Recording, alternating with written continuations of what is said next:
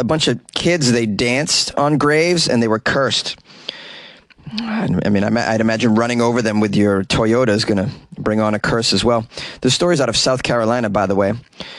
A minute in, and now I'm getting into the details. A woman desecrated numerous graves on her way to meet somebody. This took place on Tuesday. The unnamed driver decided her time was more important than that of the deceased. Well, one could make the argument that, well, the deceased have eternity. And for them, time has stopped in the terrestrial zone. The police in Georgia say she was late for an appointment when she chose to mow down multiple tombstones at the Livonia Cemetery in Livonia. And reports say that there were hundreds of dead at the scene, and they keep finding more as they dig up the story. This obviously was a grave error in judgment by her. Perhaps a grave error in judgment by me to insert all of these bad puns into the story. I heard you guys like dad jokes. Here we go. There's photos from the scene, and we can see her large black SUV crash landing on a brick structure that appears to be a gravesite. It's definitely a gravesite. The car's pretty beat up. I'd imagine she drove through several graves. So sad. County deputies showed up moments later to, I assume, apprehend her. Police say that the woman's path took her down Interstate 85 and through Livonia into the Livonia Cemetery. That's how she goes to work. She damaged several graves, and when the police arrived, she ran on foot to escape custody, but was quickly apprehended. That's it. That's the end of the story. There's no other information here. I was expecting to come upon some interview questions where the police questioned her, and that's how they learned that she was late for something. Doesn't say that at all. She might not have been late. She might have been driving drunk. She might have been driving really quickly because she was in grave danger. For the first time in history, Japan is going to allow women to participate in the Naked Man Festival. Well, this is one way to fix your low birth rate. Japan's very concerned about that low birth rate. They'll do anything to tackle it. Hey, there's a lot of naked men here. Let's allow some naked women for the first time. A shrine in Japan that organizes the famous Naked Man Festival will finally allow women to participate in the festival for the very first time in its 1,250-year history. That's a long history of the Naked Man Festival. It didn't begin as the Naked Man Festival. It just began as the Man Festival, but back then, men didn't have clothes.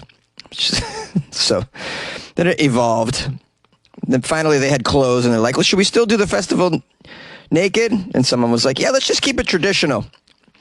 A group of local women in Inazawa, in Japan's Aichi Prefecture, are all set to join the annual Hadaka Matsuri, which is held at the Konomiya Shrine in late February. While the women will remain fully clothed and avoid the traditional violent clash of near-naked men in loincloths, they will participate in the ritual, Nyozasa ritual.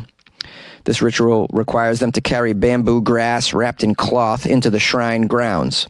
All right, we're learning a lot here, unpacking this. The women will not be naked. All right. The men aren't quite fully naked. They wear loincloths. Sounds to me like this festival is slightly mislabeled as the Naked Man Festival. They should call it the Naked Enough Man Festival. Loincloths. Seems proper. You don't want to see thousands and thousands of naked Japanese guys. Let's be real. The men wear a minimal ensemble consisting of a Japanese loincloth known as a fundoshi and a pair of white socks called tabi. So it's the Naked Man from the Waist Up Festival / Fully Clothed Women Festival now. The festival celebrating the abundance of harvest, prosperity, and fertility kicks off at 3 p.m. local time. This is the first time a group of about 40 local women will be a part of this ancient event. We have someone quoting the media, a woman, saying that she had wanted to take part in the festival ever since she was a little girl.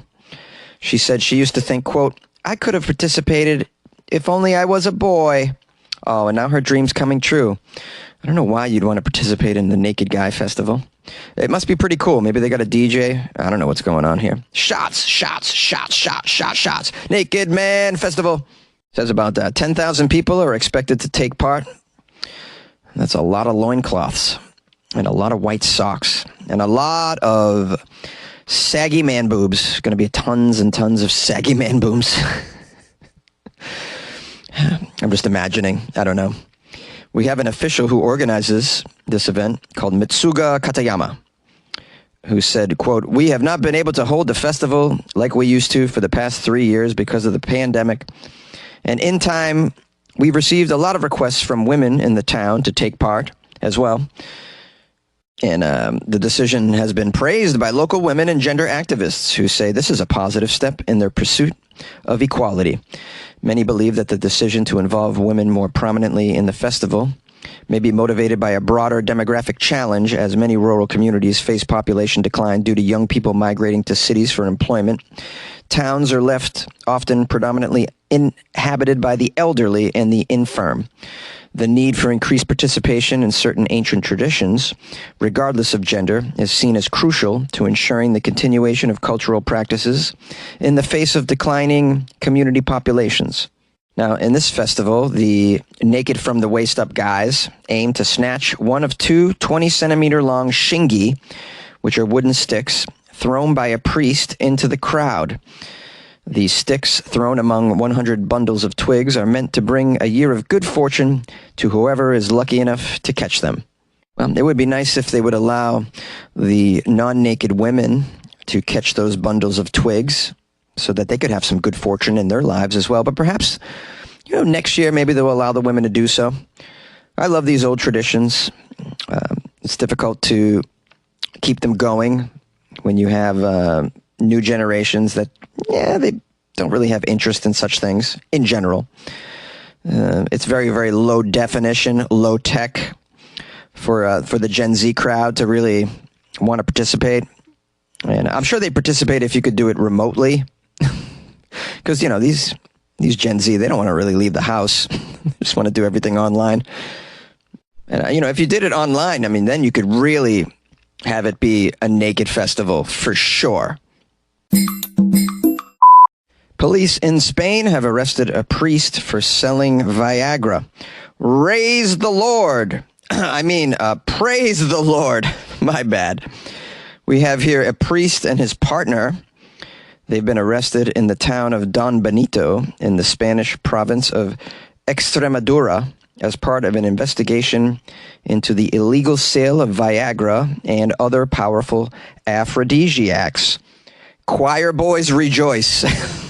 They're going to take the Viagra away from this priest.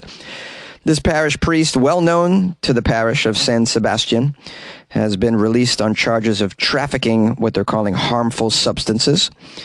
He's going to appear in court. The arrest was carried out Monday at the priest's home, which he also shares with his partner. During the arrest and subsequent search of the home, the agents seized several substances that were ready for sale. It says here the priest and his partner are currently in prison without bail. I guess you could call them hardened criminals at this point. Actually, no, they would be non-hardened criminals because they've taken away the Viagra. Investigations into this matter began many months ago when the civil guard became aware of the alleged sales of Viagra and other substances by the priest. Other substances such as what? Spanish fly, maybe? Because it's in Spain? Come on, guys! Nowhere does it mention in the story how the priest distributed this Viagra, nor to whom. I'm imagining perhaps it was parishioners that were suffering from erectile dysfunction, something that the priest could have became aware of in confessional booths. Yes, my son, tell me your sins. Well, Father, I haven't been able to please the old wife lately. I just can't seem to get it working down there, at my age. So that's a big sin, Father. I feel as though I've let her down, and I've let God down. I'm a failure in the eyes of God because it just doesn't work anymore. Well, my son, don't worry. I have a solution for you. Just take this bottle of blue pills and leave $50 in the donation basket outside. And I want you to know that God blesses you. God says unto you, be fruitful, my son, and multiply, and replenish the earth with the help of Viagra. It has risen, it will come again.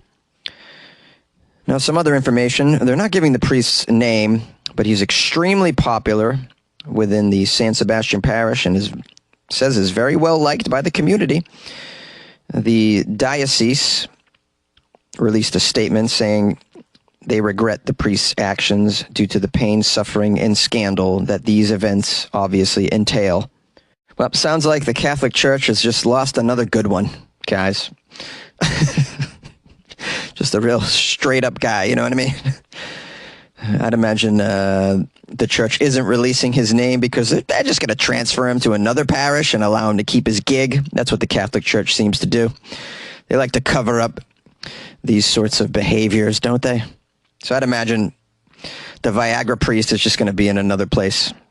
And I advise you to please consult a doctor if the Mass lasts longer than 4 hours.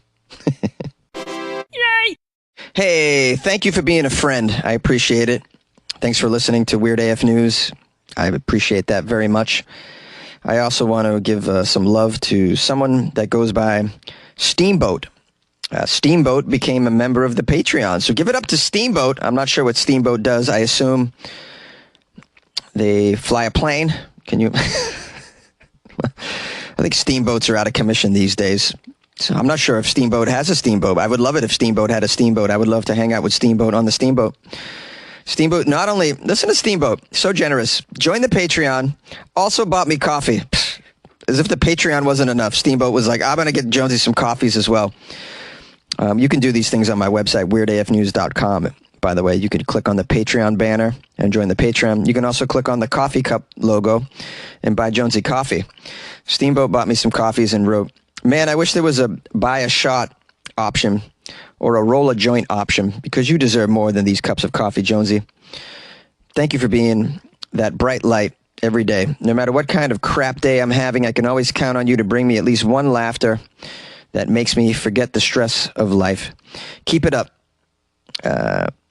Also, I'm not a wrestler. Just enjoy the devil's lettuce a little too much. Hey, if you ever make it down to Houston, I'll come to the show so we can enjoy a salad together. Wink, wink. Good luck with your life, man.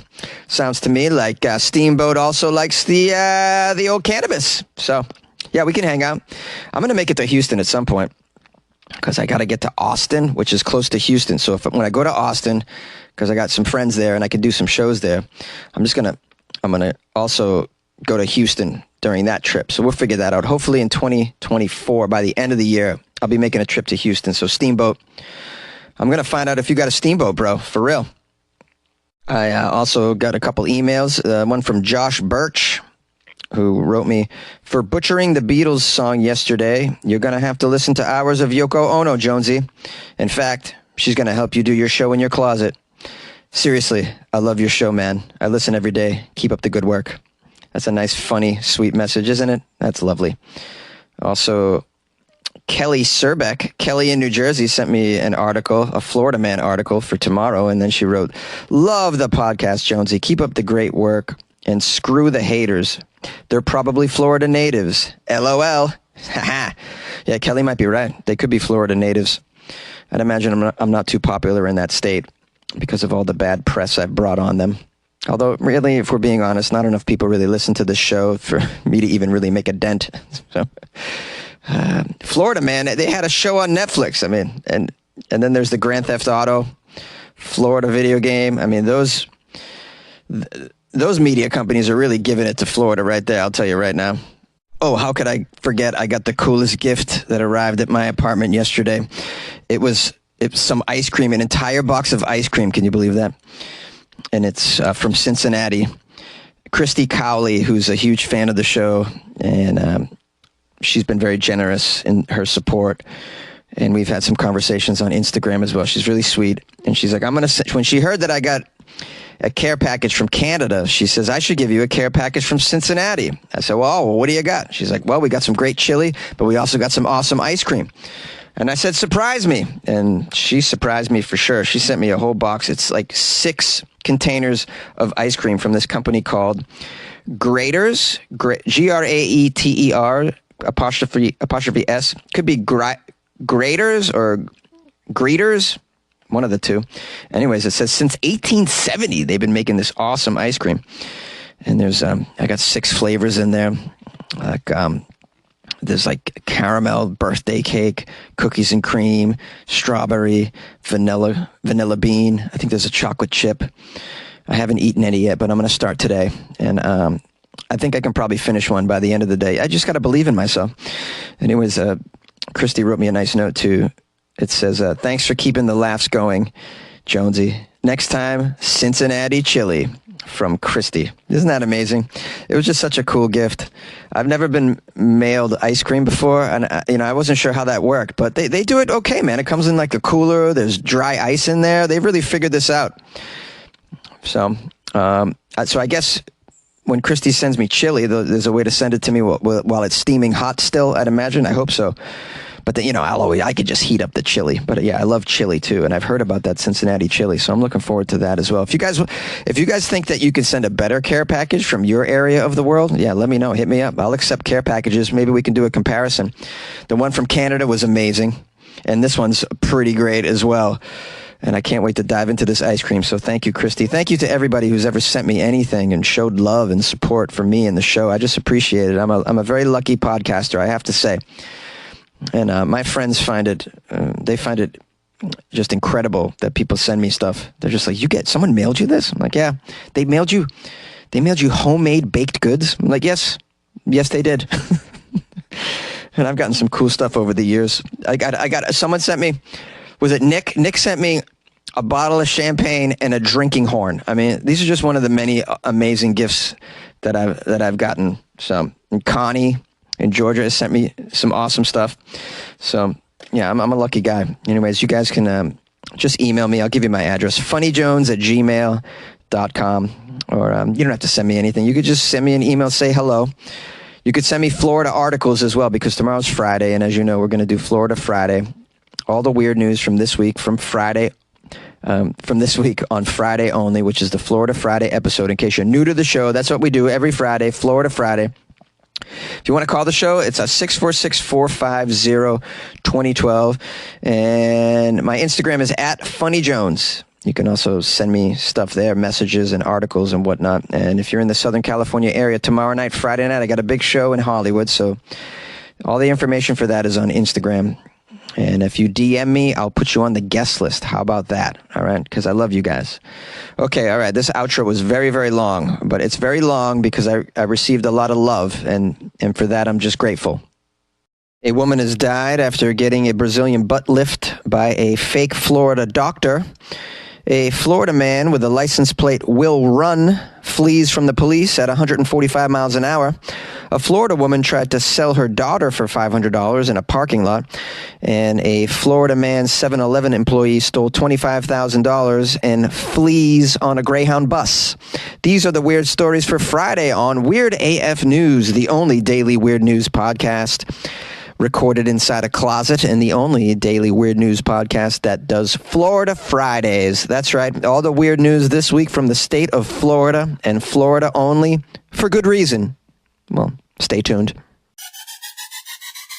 Those bizarre stories you hear about all the time that seem to only happen here in Florida. I know, right? Can't make this stuff up. It is just one of the many wacky news stories out of Florida. Why does the Sunshine State consistently produce such strange news? But what accounts for all this bizarre news? Is it the weather? Is it the people? Florida is full of the crazy stories. A woman dies after getting a Brazilian butt lift by a Florida doctor. A Tennessee woman has died after getting one of those Brazilian butt lifts. Hers was performed by apparently a Miami doctor who was allegedly not allowed to operate on patients.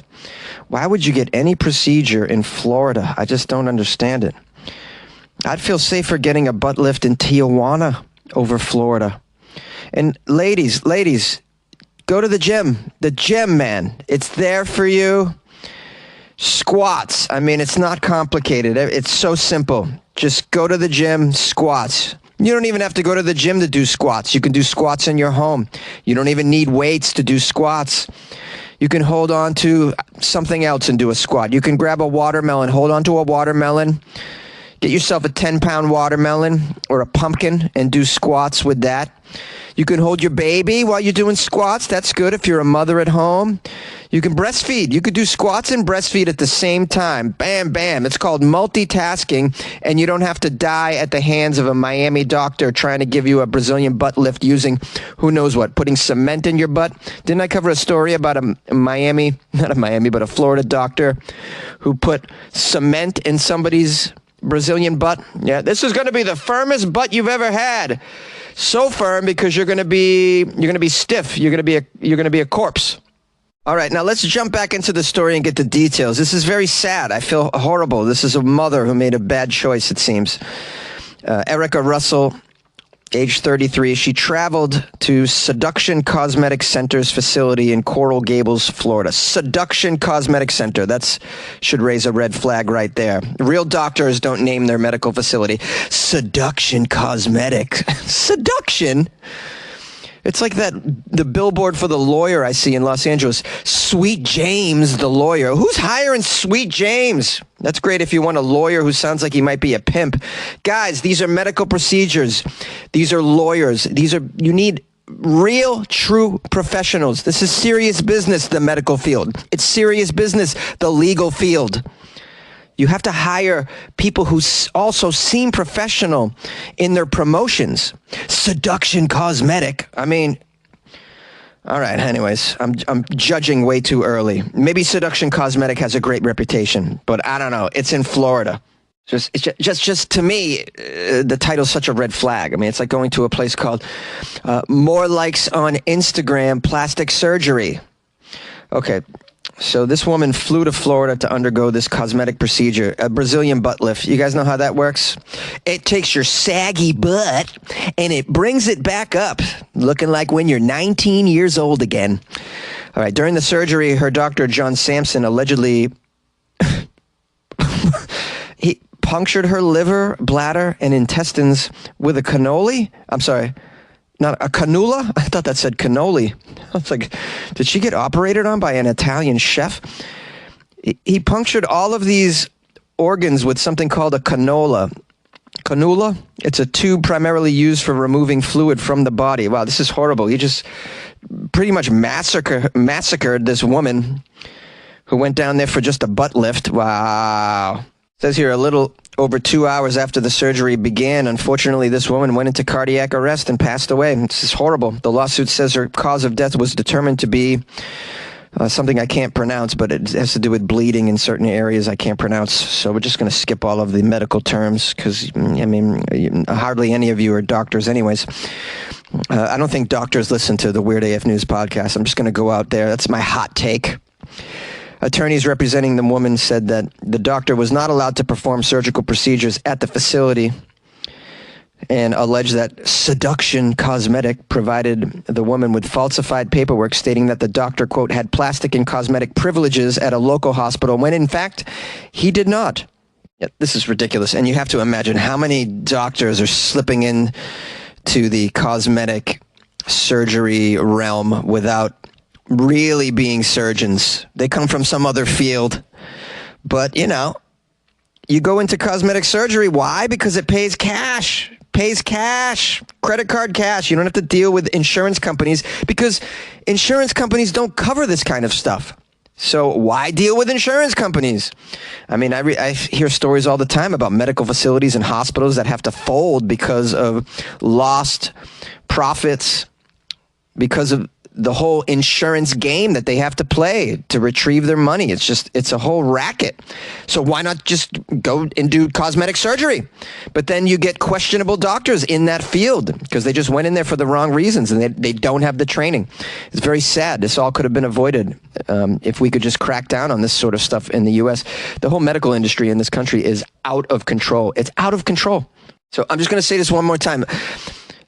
My lovely girls out there, just squats in the kitchen. Just get a frozen turkey and do squats in the kitchen. A Florida man on a motorcycle with the license plate "Will Run" flees from the police at 145 miles per hour.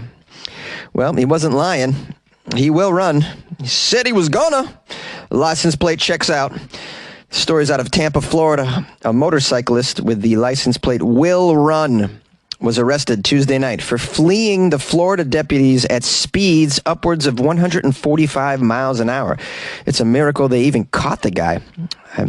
You hear stories about people on motorcycles that can really easily get away from the police. Some of them can just hit 200 miles per hour, and what are the police going to do? They call helicopters in those instances, but not always successful. Those things can disappear real quick.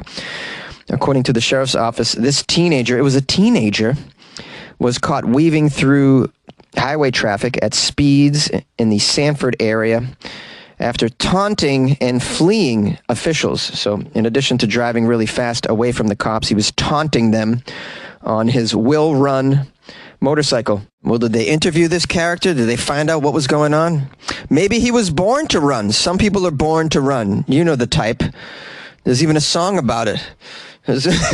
Sprung from cages on Highway 9, chrome wheel, fuel injecting and stepping out over the line.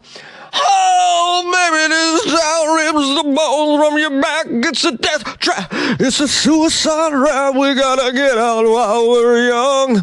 'Cause tramps like us, baby, we were born to run. Now.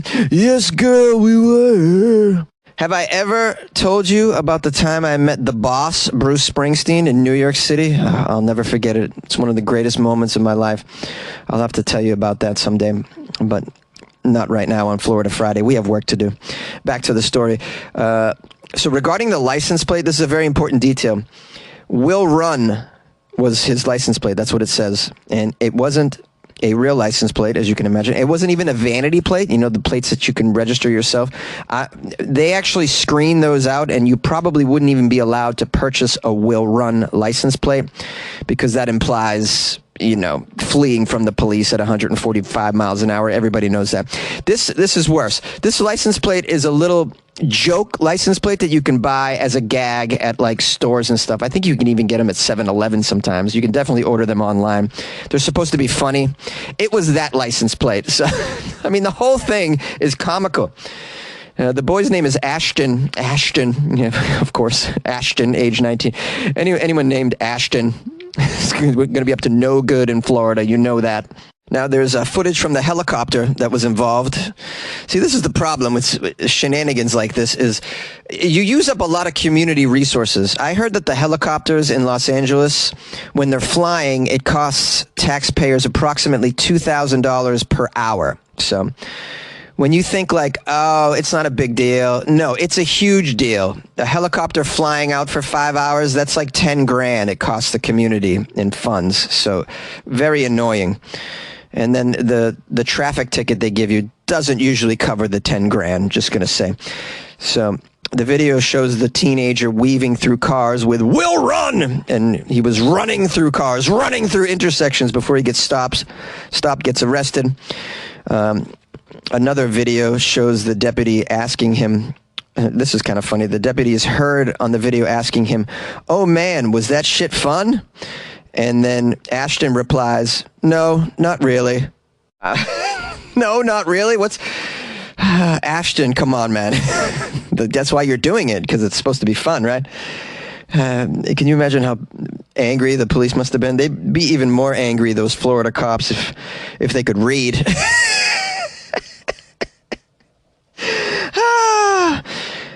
Anyways, Ashton's going to be charged with charges. He's going to be charged with charges including fleeing at high speed, reckless driving, possession of a counterfeit license plate, in addition to several traffic violations. But you got to hand it to him. This guy, he has principles here. He's like, I may be reckless, but I ain't no liar. A Florida mother tried to sell her baby for $500 outside of an H&R Block. Well, she went to the right place because it's tax season. So you can imagine, that's a horrible joke up top. And look, I wasn't even going to do this story, but so many of you sent it to me. Yeah. Hey, Jonesy, do this human trafficking story. I wasn't going to do it because it's so cruel and horrible. But, I mean, I must have gotten this story sent to me 15 times. So apparently this is what you guys want. I'm going to do it. But I don't want to hear about it afterward. How could you cover that story about that mom trying to sell her baby? Well, here we go. This is a heartless Florida mother. That's how they're describing her, and I would agree with that. She allegedly tried to sell her toddler for $500 at a bank before no one took her up on the offer, and she abandoned the child. Her name is Jessica Woods. There's a photo of her. It's not looking good, guys. I mean, I'd imagine getting the baby out of her hands is probably the right thing. I don't know if foster care is going to do the trick, and I'm not sure an individual that would pay $500 for a human baby is also the person you want raising a baby. And it seems like a low price for a human, $500. I mean, you got to go. It's under 2 years old. $1,000, right? That seems more reasonable. $1,000. I don't know. Call the show and tell me what the going rate is for a baby. It says here, Jessica was spotted outside of the H&R Block in Palatka, Florida, with her 18-month-old daughter. She was approached by one of the bank's employees who recognized her as the mother who frequented the area and even used the bank's restroom in order to change the daughter. Woods at one point was spotted hitting her daughter and spanking her inside the bank bathroom. That's pretty strange. You would think that the bank would have called child services previously on her if she kept using the bathroom and hitting her kid in there. But okay, the bank didn't do anything, and now here we have her selling the baby outside the bank. It's just unbelievable. And people want to ban abortion. Guys, what are we doing? You want to ban abortion? When you force people to have kids that are ill-equipped to have kids, this is what you get. You know, I say this all the time. If you're struggling to be a person, don't make a person. And now we're forcing people who are struggling to be people to make people. Okay, so now we have the day in question. Jessica goes back to the bank, places her child on the ground. The child immediately starts crawling towards traffic. The employee from the bank comes out, picks the child up, basically saving the child from death. And Jessica asked the employee if she wanted to purchase her daughter. It says, Woods told the bank employee she didn't need anything but offered to sell the child to the bank employee for $500. When the bank employee refused to purchase the child, Jessica walked away, leaving her daughter behind. Wait, so she offered to sell the child, then just leaves the child? This is terrible negotiation skills. $500? No? Okay, well then free. Meth, man. Hell of a drug. It says at this point, the employee brought the toddler inside the bank to clean her up before reporting Jessica's horrid behavior to the police. Officers brought the child into their care until the Department of Children and Families arrived and took custody of the girl. As a result of the investigation, detectives obtained an arrest warrant for Woods, charging her with child abuse, child neglect, and abandonment of a child. The child has been since put into foster care, and we can only pray for the safety and well-being of the child. I would imagine a child that's in a Florida foster care doesn't have much of a chance. A child just in a Florida family doesn't have much of a chance, as we can all glean from the stories that I do every Friday. This isn't the first time I've covered a story about the negotiations of child sales in the parking lot of a business. In 2022, a Florida man was arrested when he tried to purchase an 8-year-old girl for $100,000 at a Walmart. Yeah. Florida man. A Florida 7-Eleven employee stole $25,000 from the safe. This story is out of Tampa. We have here an employee of a 7-Eleven who's been accused of stealing $25,000 from his workplace and then fleeing to Tampa. This seems tame for a Florida man story. No naked, no gators, no meth. Let's keep reading. Maybe there's some Four Loko involved, or perhaps a cousin. It says, according to the Naples Police Department, Todd J. Domer, age 63, took the money from the safe. 63 years old, so close to retirement, but, you know, it's very difficult to retire in the U.S. This guy's like, $25K, I'm rich, bitch. Never going to work a day in my life. Whee! It says our man Todd J. Domer was permitted access to the safe to make bank deposits. He's been accused of disconnecting all of the security cameras at the 7-Eleven before making off with the $25,000 and fleeing to Tampa. Now, here's the kicker. He was discovered fleeing to Tampa on a Greyhound bus. Flee on a bus? How do you flee on a Greyhound? You have to wait around at least 25 minutes for the bus to arrive. I don't fleeing on a Greyhound. And I'm going to make my getaway. Let me check the bus schedule. It looks like I can make my getaway enough. It's going to be here in 45 minutes. And then I'll be fleeing to Tampa. What's the deal with Tampa? $25,000 get you far in Tampa? Now, apparently, the authorities discovered that he was heading to Tampa on the Greyhound bus. This idiot probably gave his name when he bought the ticket. Detectives drove to meet him in Tampa and arrested him as soon as he got off the bus. What? How did you figure me out, man? I thought I was having a real swift getaway on this Greyhound bus. Seemed foolproof to me. Wow, Florida man is so dumb. I mean, it's high levels of stupidity. It's almost impressive. $25,000 and I'm gonna make my getaway. Ha ha! My life is now changed forever. I'm a multi-thousandaire. Police caught him when he got off the bus, our man Todd Ray. And apparently they've recovered, quote, a substantial portion of the stolen cash. A substantial portion? What did he spend, $2,000 on the Greyhound bus on the way down there? He spent a couple $1,000 at rest stop buffets, and he had $500 worth of Cheetos as snacks on the bus ride. Wow. Yay! Hey, man, this is the boss, and you're listening to the Weird AF News podcast with my man Jonesy. He's cool. That was my Bruce impression, guys. This was a fun episode. I want to thank everybody who sent me articles the past 48 hours. Very helpful. Made my job easier. You guys can always email me things, articles, little notes, love notes, indictments, whatever you're into. funnyjones@gmail.com. Please follow me on the Instagram @funnyjones. I'm almost at 7,000 followers. I only need about 20 more or so. So please follow me on Instagram. Help me hit 7,000 followers. That would be helpful. You can also see where I'm doing shows, where I'm performing on my Instagram. I keep that up to date.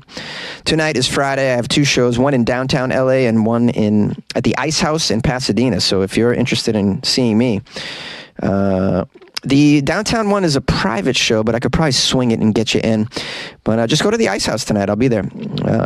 And all the information will be on my Instagram @funnyjones. Isn't that special? Anyways, I hope you're having an amazing weekend, or you already had one, or you're going to have one.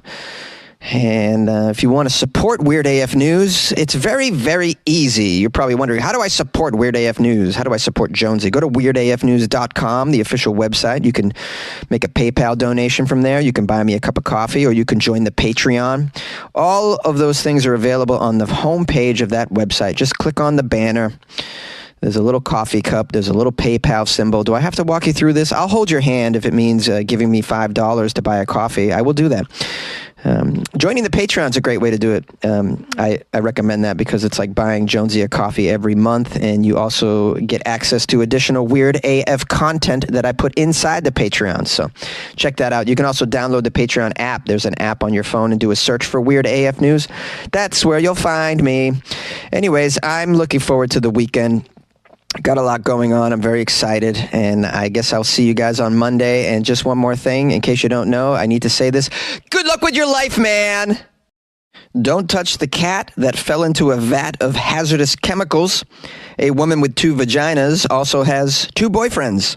And a man has been banned from a store after bringing his service duck inside.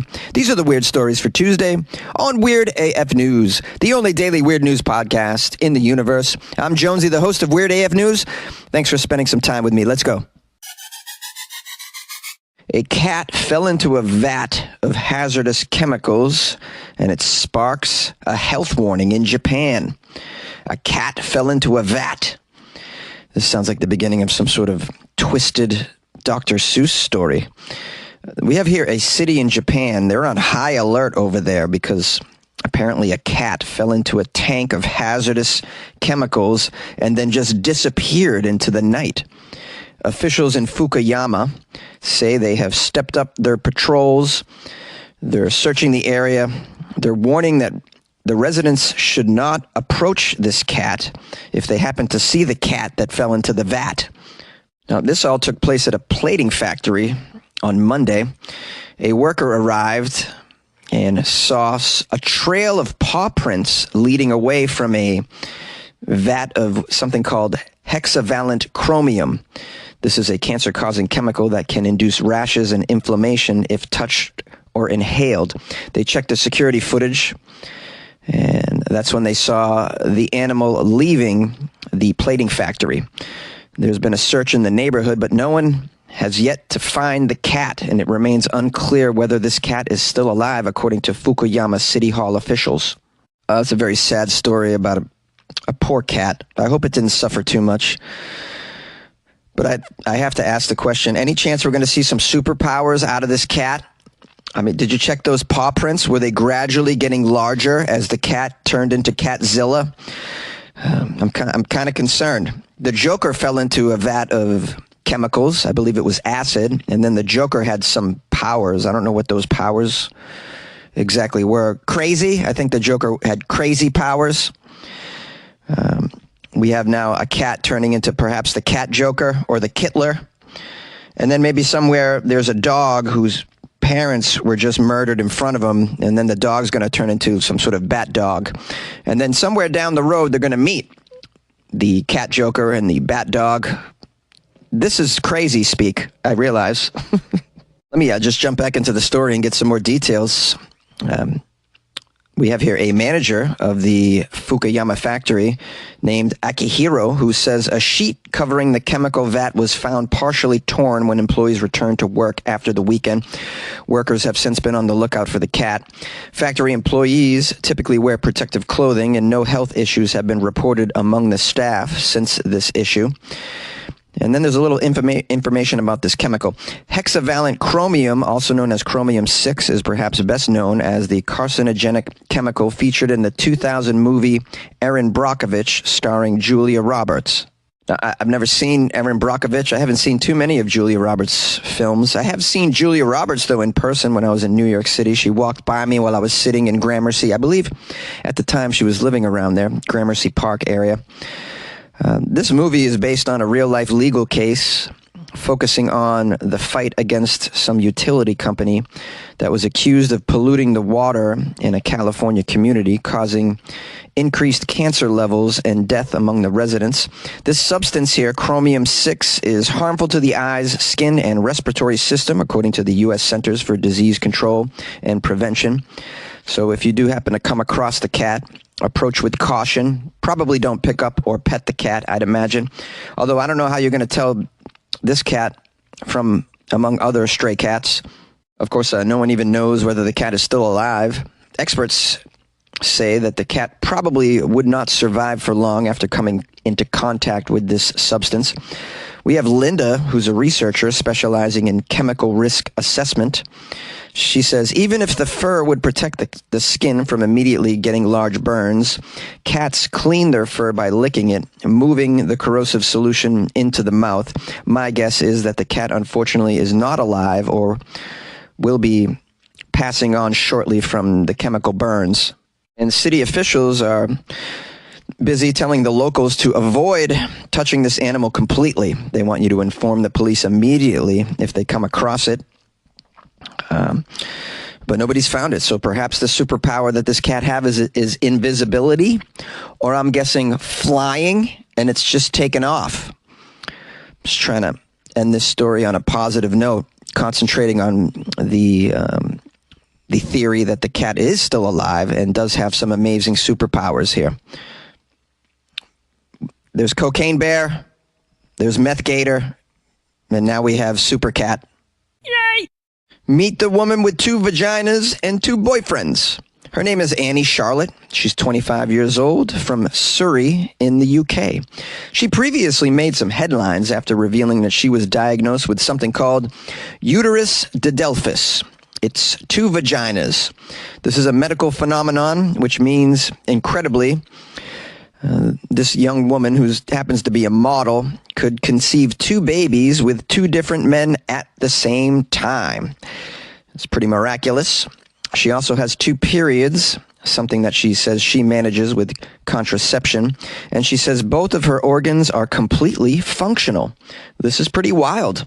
I'm looking at a photo of Annie, and she's quite lovely. There is no photo of her vagina, and I do have some questions. I'm curious if it's a side-by-side vagina. Is it a double barrel, or is it one over the other? I guess I'll have to just imagine it.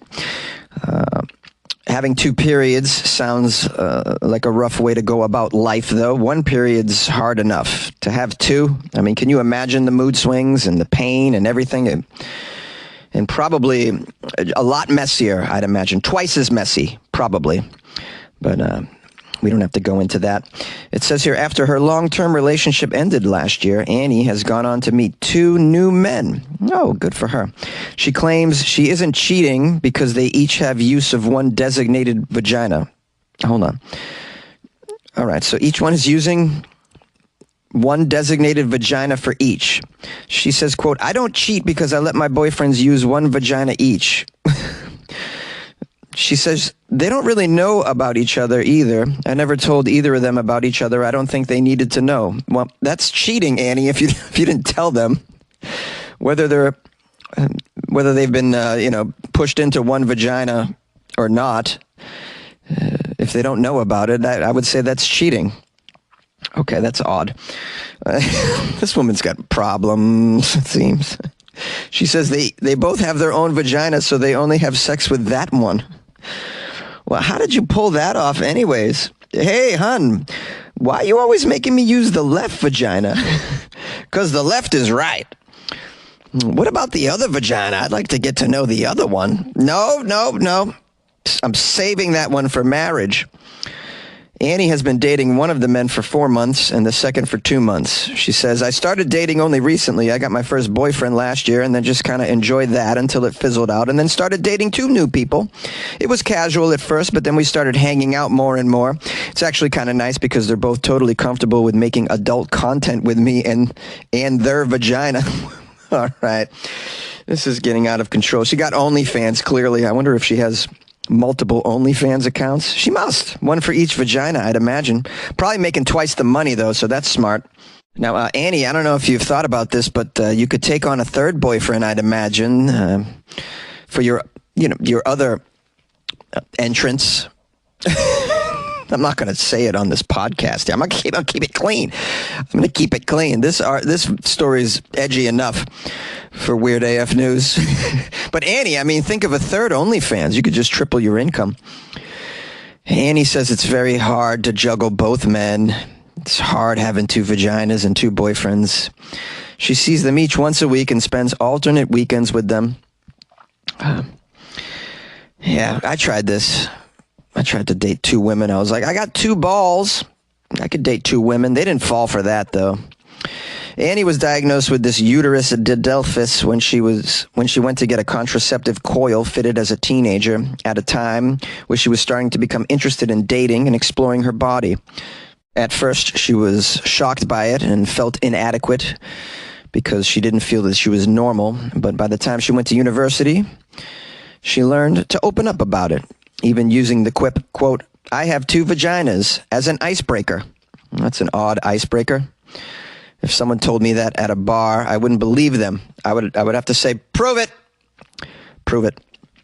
Annie says she really started to accept it. She said, I stopped looking at it as a medical issue and all the problems that could arise from having children, and instead something that was just a super cool aspect of myself because of people's reactions.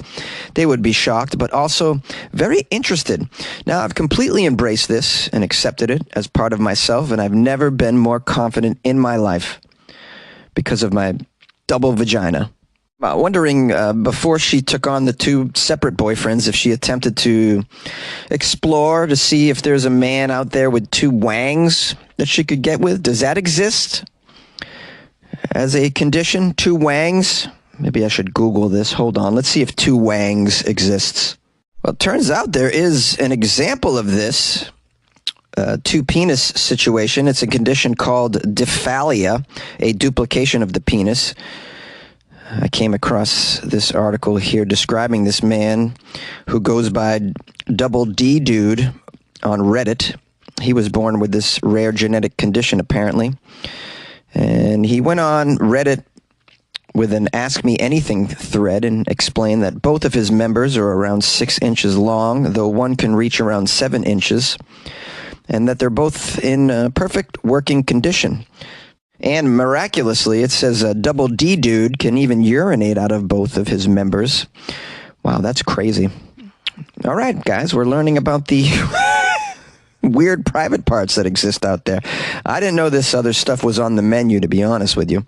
I knew a guy in high school that had 4 nipples, sort of. Well, 2 normal nipples and then 2 underneath that weren't quite fully nippleized, but they were, you could tell that they were trying to break through.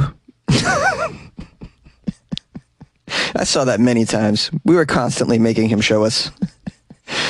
Wow. We were so sick in high school. Were you sick in high school? I don't know. High school boys, the worst. Absolutely the worst. Oh, the things I did, not proud of it.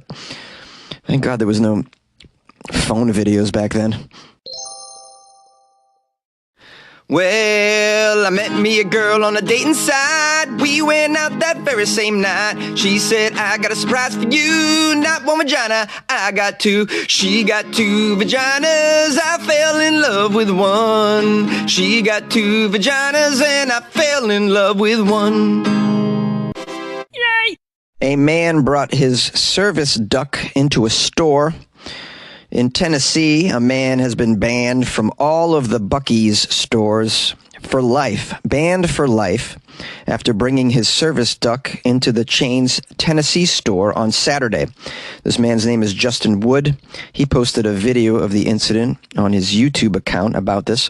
His YouTube channel is called Seductive, and he has 3 million followers. Features videos of this guy bringing his service duck to various locations. How is it a service duck? There's no such thing as a service duck. Do you mean emotional support duck? There's only service dogs, and there are service miniature horses for those that are allergic to dogs. There's no service duck. This is not a service animal. A service animal is for helping you get along. Let's keep reading here. He's brought his duck into various locations, including a Subway, Chuck E. Cheese, and a Hooters. Oh, that's wonderful. You're eating, and all of a sudden there's a duck pooping on the rug right next to you. In the Buc-ee's video, Mr. Wood is shown bringing his duck, who's named Wrinkle, to the chain's largest location near Sevierville, Tennessee. During the video, an employee approaches Wood to tell him that pets are not allowed inside the store. Wood explains that Wrinkle, the duck, is his service animal. That's when the employee says, "Okay, just want to make sure. Okay, thank you." And then Wood and the duck Wrinkle then shop around the store a little bit more. Another employee approaches Wood and tells him that pets aren't allowed in the store. "You're more than welcome to stay here. The animal cannot. There's no pets allowed in here," says the worker in the video. "Your animal, even if it is considered a service animal, you have to be able to contain it. It cannot fly around." Now, Wood points out that his duck was actually contained, laid down in a stroller that he brought into the store, but the employee insisted that he would need to either take the duck out of the store or put the duck onto a leash.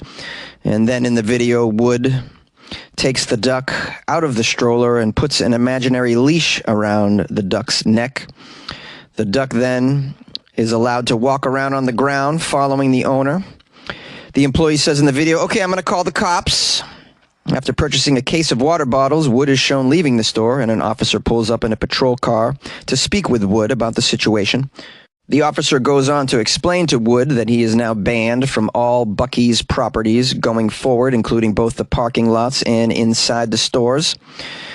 And a couple more officers show up to tell Wood that his duck has bitten one of the stuffed animals inside the store, and the store is owed $16.44. Wood says in the video, "I was going to buy it. I was trying to buy that whole thing. That's the whole point." The video then shows an employee coming out of Buc-ee's. Wood hands the employee a $50 bill to pay for the stuffed animal and says, "Keep the change." This is also bizarre. All right, well, this is clearly a stunt for this guy's YouTube channel with the duck and social media, trying to create some clickbait nonsense by saying, "Hey, I've been banned from the store, me and my emotional support duck. Don't you guys feel bad for me?" No, I don't feel bad for you, bro. You brought a duck. It's like a good-sized duck. Bringing ducks into stores. Are you stupid? Just live animals being brought everywhere. I mean, I'm just now getting used to the fact that dogs are everywhere. I did a comedy show last weekend. There were 4 dogs in the crowd. 4 women, 4 young women with their little tiny dogs in their lap during a comedy show. And, years ago, you'd be like, "Hey, could you just get out of here with the dog?" But now you got to just be, "Okay, you can have your dog. It's okay." And we're moving towards a place where it's just going to be, I'm going to go do a comedy show. There's going to be ducks and guinea pigs and a miniature horse, several cats. Who knows? This whole I got to bring my animal everywhere with me. It's a sign of major mental, I don't know what you call it, a handicap of some sort, that you need this animal around you at all times. I mean, get a grip. The codependency is just out of control. Can you leave your house without your dog? One time? You got to take it to the movies? Anyways. The health code that they have here in these places prohibits this kind of stuff, man. You got to abide by the health codes. There's health codes. Have you heard of them?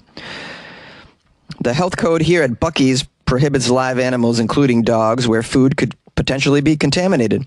There are no exceptions, however, for service animals and animals that work. There are exceptions for service animals and animals that work with police officers. That sort of thing. People with disabilities that need a service animal. This guy in the video here, he doesn't have a disability. The only disability he has is his own personality. Anyways, maybe I've been too harsh, and maybe you disagree with me. Call the show. 646-450-2012. I would love to hear your opinion on all of this. And also, if someone could tell me what the hell a Buc-ee's is, that would be helpful. Hello, my friends and loyal listeners of the Weird AF News podcast. Thanks for hopping on for this Tuesday episode. I hope you enjoyed it. I want to thank everybody who's reached out to me. You can always email me, funnyjones@gmail.com. Please call the show if you have an opinion on any of these stories or an opinion on my opinion of any of these stories. I love to hear from listeners. You can leave me a voicemail. Please refrain from swearing. Appreciate that. I want to give a shout out to Lisa from Finland. Lisa and the whole fam. Been big supporters of Weird AF News for a number of years and just consistently buying me coffee and writing me amazing notes. Let me read it here. Lisa writes, "My blue crayfish heard your podcast this morning and was so impressed that he called a powwow with the catfish. After 20 minutes, they came to an agreement, and the crayfish demanded that I need to send you more coffee, Jonesy. They are really looking forward to hearing something about a woman marrying a dead crayfish someday." Well, I wouldn't be surprised if someone married a crayfish. I've covered so many stories, as you know, on the podcast, Lisa, and listeners, about people marrying strange objects, like a dead, what was it? Not a pirate doll, a zombie doll, an airplane, a bridge. One lady married herself, I think. There's been a lot of strange weddings covered under Weird AF News umbrella. Just doing my job, covering the weird news. But yeah, if someone marries a dead crayfish or a live crayfish, I'll hear about it. I'll cover it. If you're going to marry your crayfish, Lisa, well, first of all, you should probably tell your husband about your relationship with the crayfish. and then move on from there. But yeah, let me know. Because that's big time weird news, I'd say. Anyways, big shout out to Lisa and family in Finland. If I ever get to Finland, I'm going to have to hang out with the fam. I don't know if I'll ever get over there. Hopefully someday. I don't really have any. Well, yeah, I guess I want to get to Europe, but there's some other places I'd like to get to beforehand. I've already been to Europe. All right. Anyways, I'm rambling on and on per usual. I guess I'll cut it short. I'll just say, if you want to support the show, buy me a coffee like Lisa. Go to weirdafnews.com. That's where you can support the show. Please make sure you've liked and subscribed as well. And if you want to leave me a review anywhere, that'd be pretty cool too. I'll read it on the show. Give you a little shout out. All right. Appreciate you guys. See you tomorrow. Want to bowl in the nude? Well, Balls Out Bowling is back, baby. A 70-year-old man has eaten over 34,000 Big Macs in his lifetime. And in Norway, almost 1 million people are addicted to nasal sprays. These are the weird stories for Tuesday on the Weird AF News Podcast, the only daily weird news podcast hosted by a comedian inside a closet. There it is. There we are. Naked bowling is an event taking place in Pittsburgh. Nudity is required. They're calling it Balls Out Bowling, and apparently it's back for the ultimate naked bowling experience. Now, I've been to a lot of bowling alleys. I've had some bowling experiences. I was raised on a very particular form of bowling called candlepin bowling, which is something that you find in New England. It's different in the regular bowling in that the pins are very, very skinny and the ball is small. It's about the size of a grapefruit.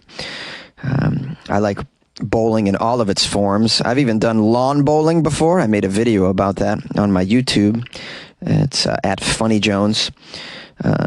I say all this to say that I have some bowling experience, and I'm wondering because the people that I see during my bowling experiences, I don't think would look good naked. That's just. Now, I'm not trying to be prejudiced here against regular bowlers, but they don't look like the kind of people you want to see with no clothes on. But this sounds like it could be a lot of fun. It's being held by Pittsburgh area naturalists. They are hosting this event called Balls Out Bowling, where you can show up and bowl in the nude. It's going to be held at the Crafton Ingram Lanes in Pittsburgh next month.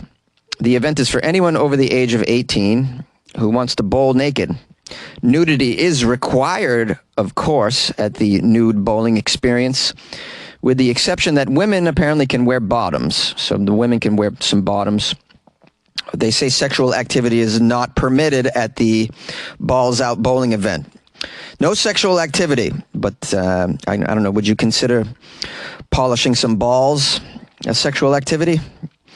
The people running the event say that nudism does not equal consent and harassment. Well, hold on. I think they put an extra not in here. I think what they meant to say was nudism does not equal consent and harassment will not be taken lightly. Violators of this will be asked to leave. So don't think you can show up at the Balls Out Bowling event and do anything weird.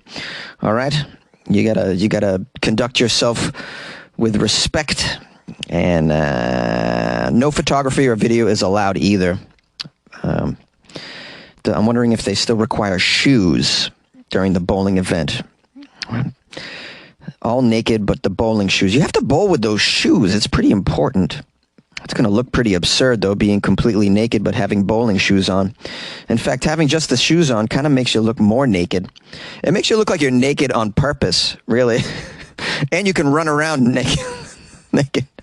A naked person with shoes, you're like, oh, you're naked, and you can also move really fast with those shoes on. All right, I'm going into some strange places here.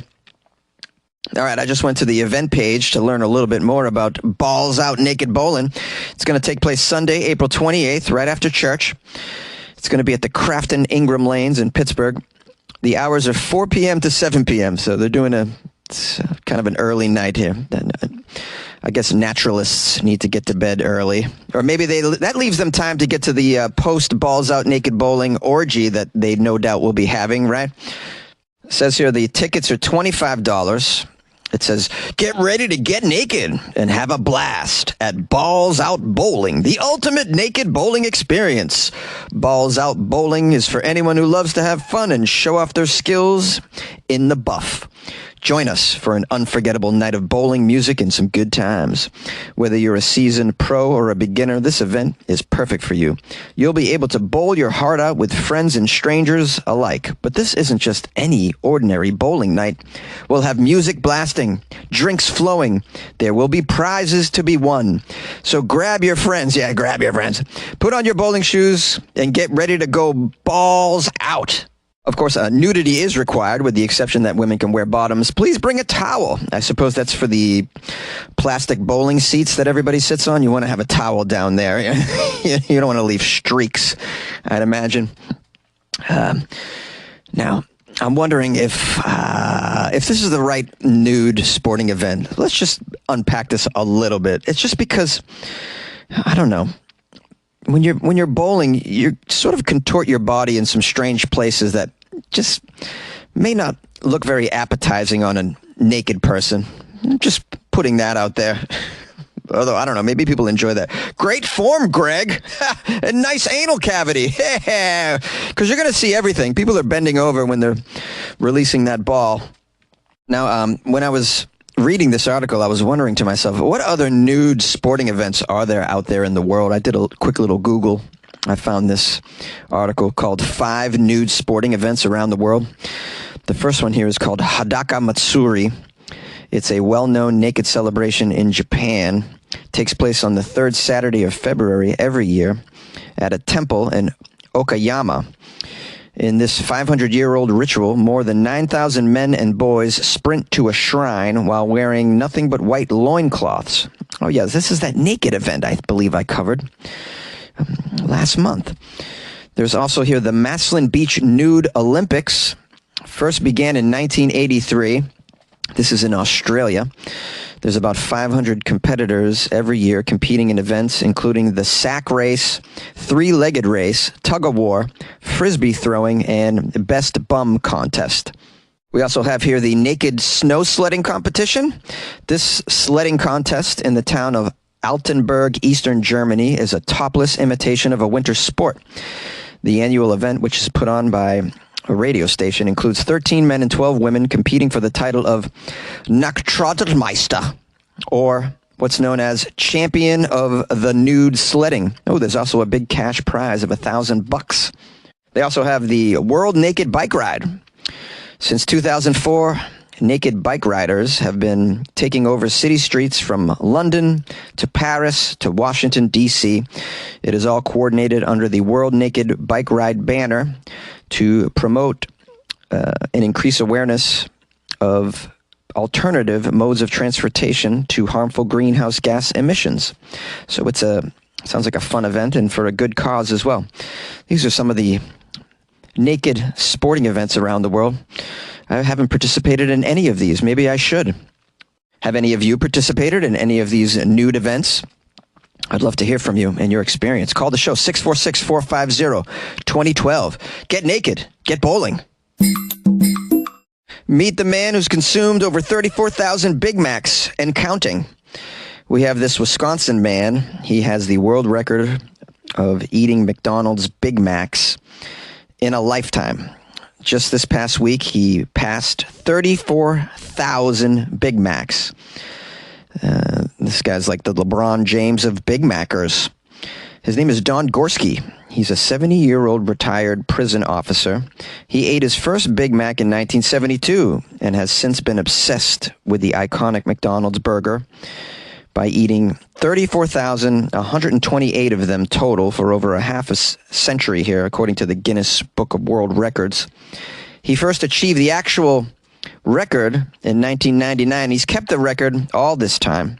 Here's a quote from Don Gorski. This guy's a maniac. Have we checked his blood pressure? I'm concerned. Don says, quote, "Many people thought I'd be dead by now, but instead I've been a record holder for my 24th year. So proud.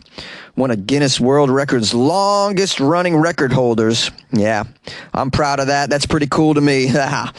Wow, it's like a miracle that this guy hasn't just keeled over, huh? 70 years old, still going, eating what, like 2 Big Macs a day for 50 years? How? How, bro? He must do yoga, I'd imagine. Life is so unfair. Like, I've known healthy people. They don't smoke, they eat right, and they just die suddenly. And then there's these people that smoke every day, they eat terrible, and then they just somehow keep going. It's crazy. Now, this guy, Don's been eating the Big Macs since May 17th, 1972. That was when he had his first Big Mac, apparently. He says, quote, "In that moment, I told myself, I'm going to probably eat these things for the rest of my life. I threw the cartons in the back seat, and then I started counting them. I started counting these Big Macs from day one."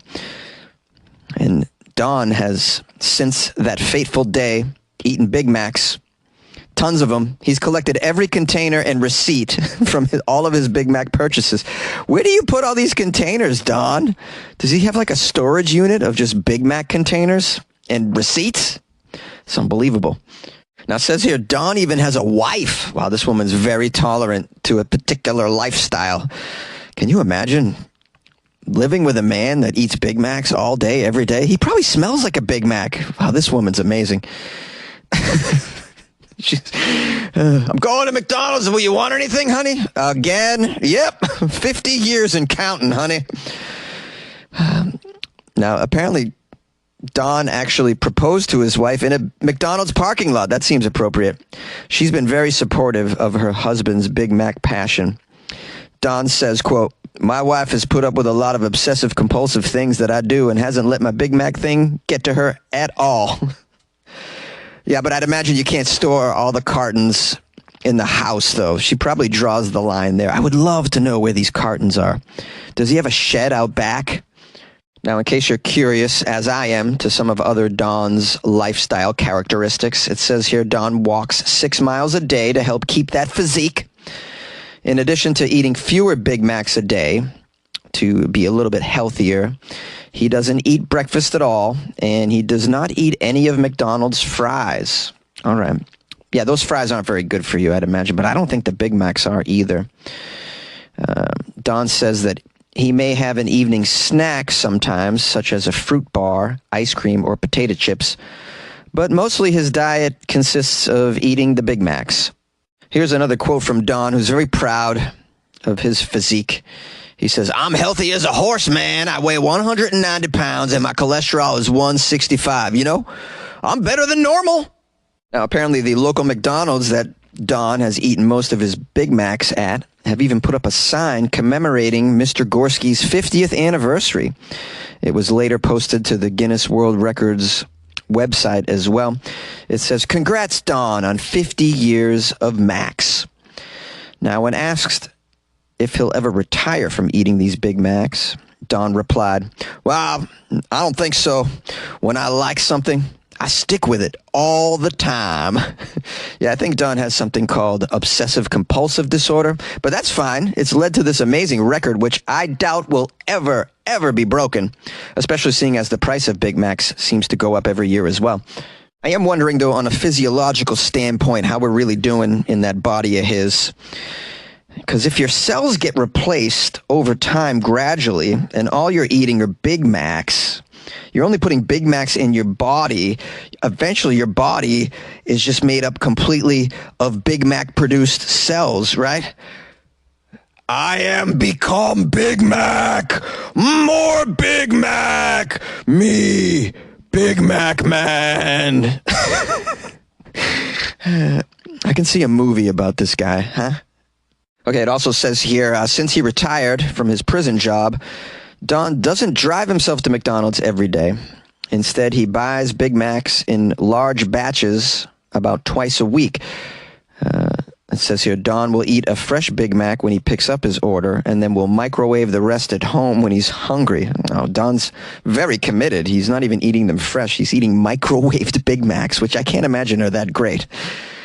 There's some foods that just are not okay microwaved. I think the burgers from these fast food places fall into that category. Pizza, yeah, you can microwave some pizza, throw them in the oven. The burgers, though, I'm not sure, but Don does it. Doesn't eat much else either, it says. It says Don even tried a Whopper from Burger King once in 1984, and he decided, nah, gonna remain loyal to the burger from the Golden Arches. Yay! In Norway, many people are addicted to nasal sprays.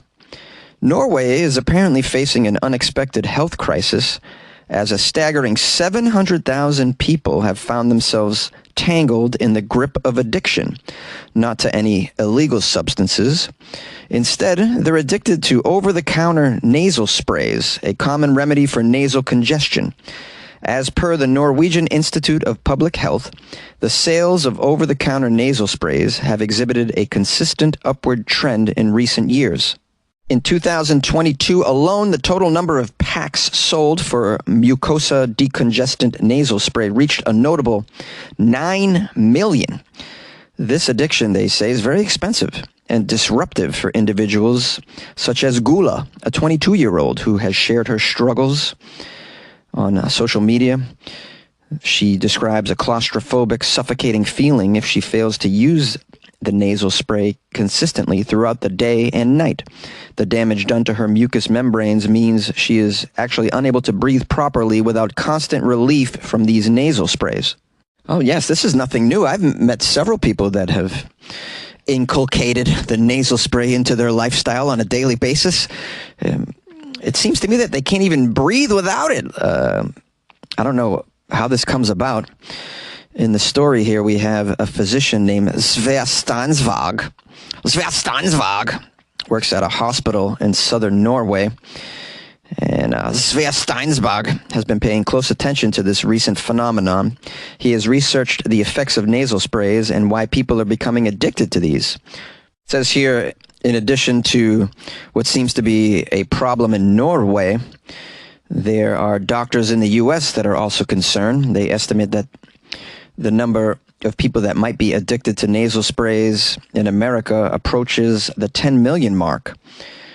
According to physicians across the world, they are criticizing the nasal spray industry for taking advantage of their addicted nature in order to keep business booming, as it is a, quote, well-regarded fact that chemical nasal sprays can be as addictive as morphine, they say. The other problem is most of these nasal sprays can be purchased without a prescription, and this makes it difficult to record how many people are actually buying them and how many people are actually addicted to them. It does say here that the popularity of these nasal sprays has even prompted questions about the reasons behind their addictive nature. The active ingredients, oxymetazoline or xylometazoline, I don't know, did I say that right?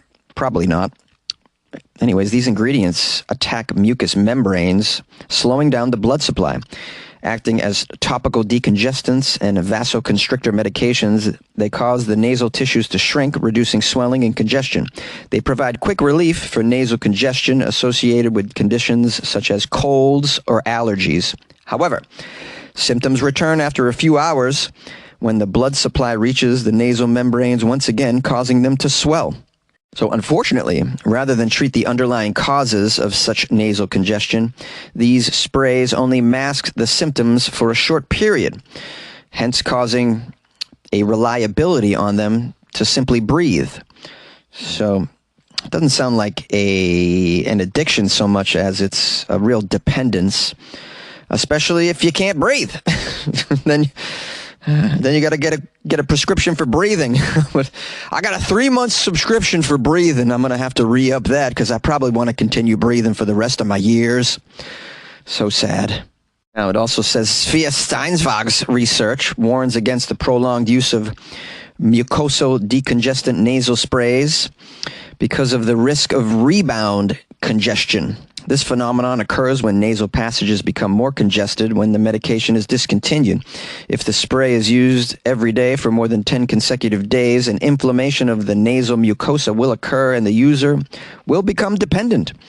Professor Steinsvåg and his team are conducting a study with 200 Norwegian patients to compare the effects of saline nasal sprays with a hypertonic solution from seawater that will reduce the swelling of the nasal mucosa. The objective is to provide patients with a withdrawal process that is more manageable than saline sprays that have those other chemicals in it. Well, it sounds like they have a plan, at least, to address this in Norway. In the U.S., they'll just arrest you. That's how we handle addictions here. Are you on drugs? Put him in jail. So stupid. You're sick, man. You need help. You're addicted. Nah, man. I just really enjoy breathing through my nose. Well, I'm not surprised to learn about this nasal spray addiction situation. In Western medicine, doctors are in such a hurry to get you in and out of the office. They often don't really get to the bottom of the health issue that you have. They just sort of write you a quick prescription so you can go mask the symptoms and get some short-term relief. But in the long term, you really got to find out what's going on in there. Why can't you breathe? And fix that issue. Otherwise, the fallout of this is you just become addicted to nasal sprays, and can't have that. And obviously in this country, it seems to be an epidemic. But I think if we were to dig deeper into the numbers, we would find more and more people all over the world are addicted to these nasal sprays.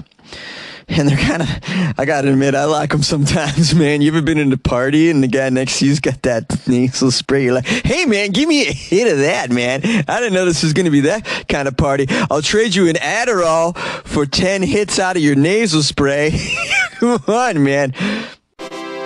Hey, what's up, my friends and loyal listeners of the Weird AF News podcast?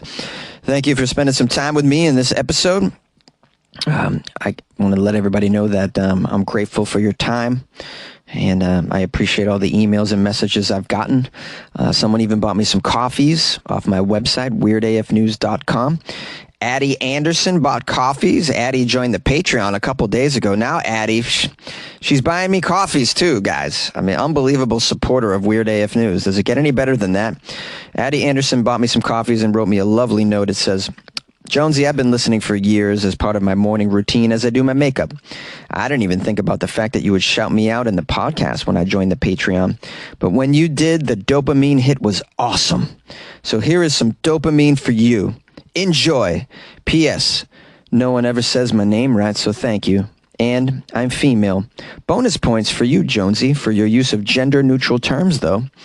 And then she wrote me, she had a nice little emoji with hearts. Oh, so sweet. This really made me happy. Thank you so much, Addie Anderson, for joining the Patreon and then buying me coffees as well as a follow-up and leaving me this lovely note. I mean, that just made me smile. You guys can buy me coffees like Addie Anderson did. You can join the Patreon, as she has done as well, by going to weirdafnews.com. You can do all of those things on the homepage. Click on the little coffee cup.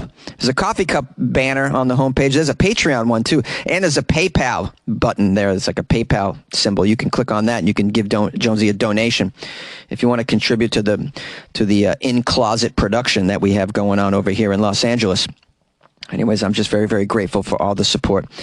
Another way you can support the show if you don't have any extra funds is just tell a friend. Tell a friend about the Weird AF News podcast. Somebody that you think that this weird news might bring something to their life. Maybe they listen to the mainstream news every day and it makes them sad. And then you're like, hey, man, you can finish up your news lineup with the Weird AF News podcast, which doesn't make you feel so sad.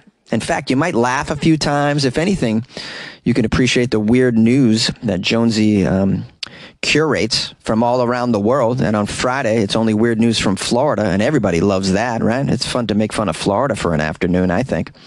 Anyways, that's about the end of my due diligence. If you guys would like to call the show, the number is 646-450-2012. If you want to email me some articles that you've come across that you think are very weird and very appropriate for the podcast, feel free to do so. funnyjones@gmail.com. Also, if you're going to send me something, please say hello. Introduce yourself. Tell me where you live. I love to learn about my listeners. Where are they? How did you find the podcast? I'm very curious, and I love to interact with my listeners as well, as many of you know, because many of you have messaged me. Anyways, I appreciate you, and we'll see you tomorrow. Good luck with your life, man. A student persuaded his friend to amputate his feet in an insurance scam. A Canadian man is arrested for offering cash to girls to kick him in the genitalia. And sex is back at the Olympic Village. These are the weird stories for Wednesday on Weird AF News, the only daily weird news podcast hosted by a comedian inside a closet.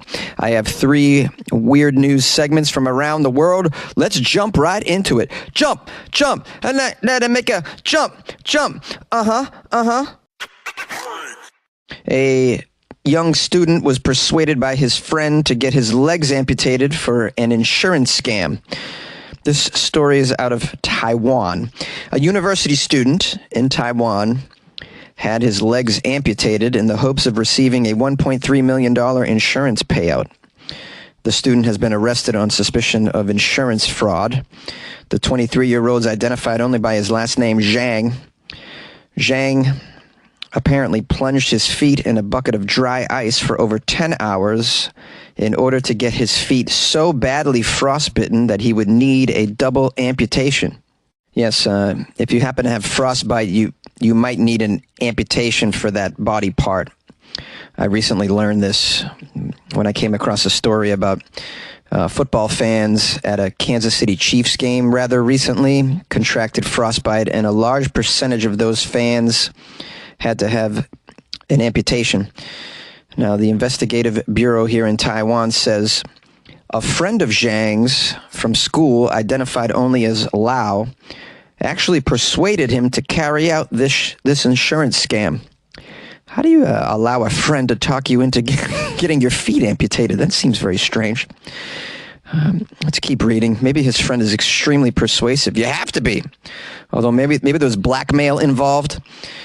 It says Lau, also 23 years old, suffered losses from trading cryptocurrency and tricked Zhang into signing a legal note obligating him to pay about $800,000. Okay, this story is getting stranger. It's now involving crypto. According to the media, Lau told Zhang that gangsters were pursuing him. Well, all right, but if my friend told me that he lost all this money in crypto and gangsters were pursuing him, my solution wouldn't be me cutting off my feet. I would suggest that my friend skip town for a little while, lay low, maybe go to an island with the rest of your crypto. I don't know. Let's keep reading. This is getting more and more bizarre. Lau and Zhang apparently rode around Taipei on a motorbike at the end of January, wanting to present the claim that Zhang was afflicted with frostbite while riding the vehicle in the late evening. All right, I'm a little confused with this approach. So they ride around on a motorbike at night to claim that they got frostbite, or he got frostbite? That was the plan? I don't know if that's going to give you frostbite, just riding around on a motorbike at night, will it? You could have just said this was a TikTok challenge. I mean, no one's going to question that. These TikTok challenges are stupid. Yeah, the dry ice TikTok challenge. I did it for 10 hours. I was trying to break the record, and lo and behold, I need my feet amputated. It says just days before this incident, Zhang bought several expensive life insurance, travel insurance, and accident insurance policies, according to the prosecutors. Well, that's a red flag right there. Oh, this whole plan is just cockamamie. Pardon my language. So it says, after the motorbike ride, Zhang soaked his feet in dry ice and then went to the hospital. Medical staff sensed something was amiss while assessing his situation. His legs bore no shoe or sock marks, and his injuries appeared symmetrical, which were inconsistent with a naturally occurring frostbite injury, according to investigators. Also, investigators say the weather on the night that he claimed he got frostbite was also nowhere close to below freezing, with its coldest temperature at about 42 degrees Fahrenheit. An investigator said, as Taiwan is a subtropical region, cases of severe frostbite requiring any sort of amputation are really unheard of due to these natural climatic conditions. Oh, man. Wow, you're just adding dumb to the mix here. Nevertheless, at the hospital, Zhang's legs had to be amputated below the calf due to the frostbite injuries from the dry ice. His case was reported to the authorities. Police investigated Zhang and Lau. They actually found the plastic bucket used to freeze Zhang's feet. They found insurance documents, a white polystyrene box for dry ice, some mobile phones, a tablet computer, and of course, Zhang and his accomplice, Liao, were arrested and are both charged with fraud and aiding and abetting serious injury. Investigators also say that Zhang had claimed $7,200 from one insurer, no claims on the others. This money is going to be seized, so he is getting $0. I mean, I've made some dumb choices in my life. I never sold both of my feet for $0. All right, well, must be the dumbest thing I've heard today. But then again, this is only the first segment on the Weird AF News podcast that could get dumber. Still trying to unpack how Zhang was convinced to cut his feet off because a friend lost money trading cryptocurrency. It says he tricked Zhang into signing some legal note obligating him to pay the crypto loss. How do you convince him to sign that? There's much more going on here than meets the eye, I think. I would never voluntarily cut off my feet. It's like, I mean, unless you promise me bionic legs. Did anyone invent bionic legs yet? Legs that make me taller and faster? Sure. I would jump on that offer because I'm a short guy. I wouldn't mind being 6'2" and being able to like run really fast and jump really high. That would pay off in the sports department, of course. So I don't know what went on here. Hard to judge, though. I mean, they say, walk a mile in a man's nubs before you judge him. Nubs. Yeah, I made that up.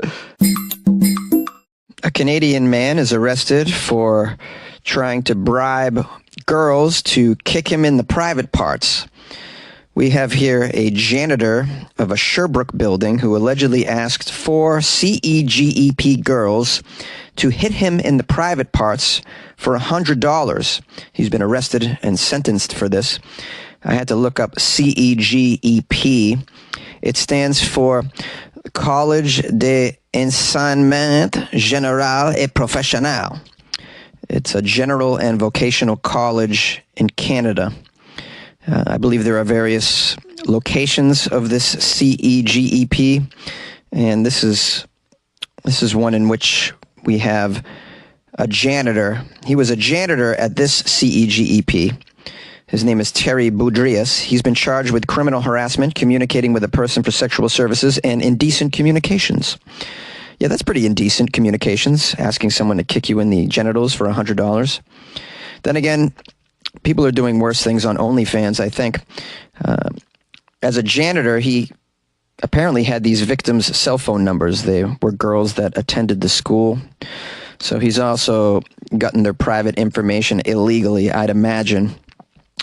He wrote to these girls offering them money if they would agree to hit him in the genitals for 30 minutes. 30 minutes?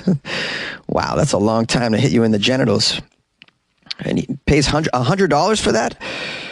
Dude, I'll kick you in the junk for $25 for an hour. I'll kick you hard, too. I'll kick you to the stars, bro. That's an easy $100 right there.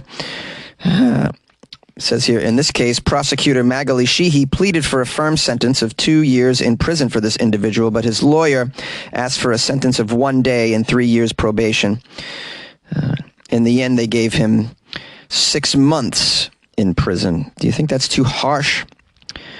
I don't know. It says he has prior convictions, though. It doesn't say what they are. So this guy's a bit of a menace. How he got a job as a janitor at a school is a little questionable, having a history, but, it's hard to find janitors, I'd imagine. It's hard to even find teachers these days. So it says the accused has been in prison since his arrest, and he has apologized to his victims. Oh, how Canada of you to apologize to the victims. They're so nice in Canada. It says the consequences for the victims and his criminal history were raised as aggravating factors by the judge, which led to the 6-month sentence, which some people on social media are saying is too cruel of a punishment. 6 months? I don't know. You illegally obtained students' cell phone numbers. You then reached out to them and made this just horrific proposal. Really, it could be, I'd imagine, very shocking to some of the recipients. Who knows what kind of emotional place you put them in. It's just, it is sexual in nature. This is a fetish, getting kicked in the junk. It's a strange fetish, but people are into it. I know some women who have made money doing such things. I know a woman back in New York City who I dated, who she was paid to box men. So they'd set it up in a private room, and she'd put on boxing gloves, and the guy would put on boxing gloves, and the guys wanted to be punched in the genitalia during the quote-unquote match. They were really into that, and she was paid hundreds of dollars for this. So, I mean, it's fine if you know what you're getting into, but just for a random individual to be proposed to this is a little shocking. Now, by the way, you could have avoided all of this if you just went to the strip club. If you get into the back room with the stripper, you can make all sorts of proposals. And sometimes they'll go for it, sometimes they won't. But $100 for them to punch you? I mean, I think it would be a successful proposal at the strip club. That's just my opinion. You'd have to experiment with that. Well, this guy, I'll tell you, he's in a rough place as a result of this, because prison is not a place you want to be. Although, I mean, if you have an ass-kicking fetish, maybe it is a place you want to be. Yay! Sex is back at the Olympics. 4 new sports, including skateboarding and surfing, will be featured at this summer's Paris Olympic Games. But one age-old form of physical activity is also set to make a comeback. It's sex, or as the French call it, quote, sport in the room. Organizers in the City of Love are not only turning the page on the COVID-era intimacy ban imposed on athletes at the Tokyo Olympics in 2021, they plan to make 300,000 condoms available to all the residents of the Olympic Village. We have a quote here from Laurent Michon, director of the Olympic Village, who said, with 300,000 condoms, every resident will have what they are expecting, and they'll have what they need. Laurent says organizers' goal is for the more than 14,000 athletes, staff, and members of the press in the Olympic Village during the Games to, quote, feel very enthusiastic and comfortable. There will, of course, be no alcohol, as is common for Olympic villages, but it's going to be a great place. Lawrence says, a great place that they can actually share their moments together with the help of 300,000 condoms. Now, the article goes on to say that this news will likely be welcomed by many of the athletes who were asked by the Olympic Committee to avoid unnecessary forms of physical contact during the previous Summer Olympic because of the pandemic. Distributing condoms at the Games isn't a new tradition either. This goes back to the Seoul Olympics in 1988 when over 8,000 condoms were handed out to raise awareness of HIV and AIDS. But the numbers have shot up over time. In 2000, at the Sydney Olympics, organizers had to order 20,000 more condoms after they realized the initial 70,000 they ordered wouldn't be enough.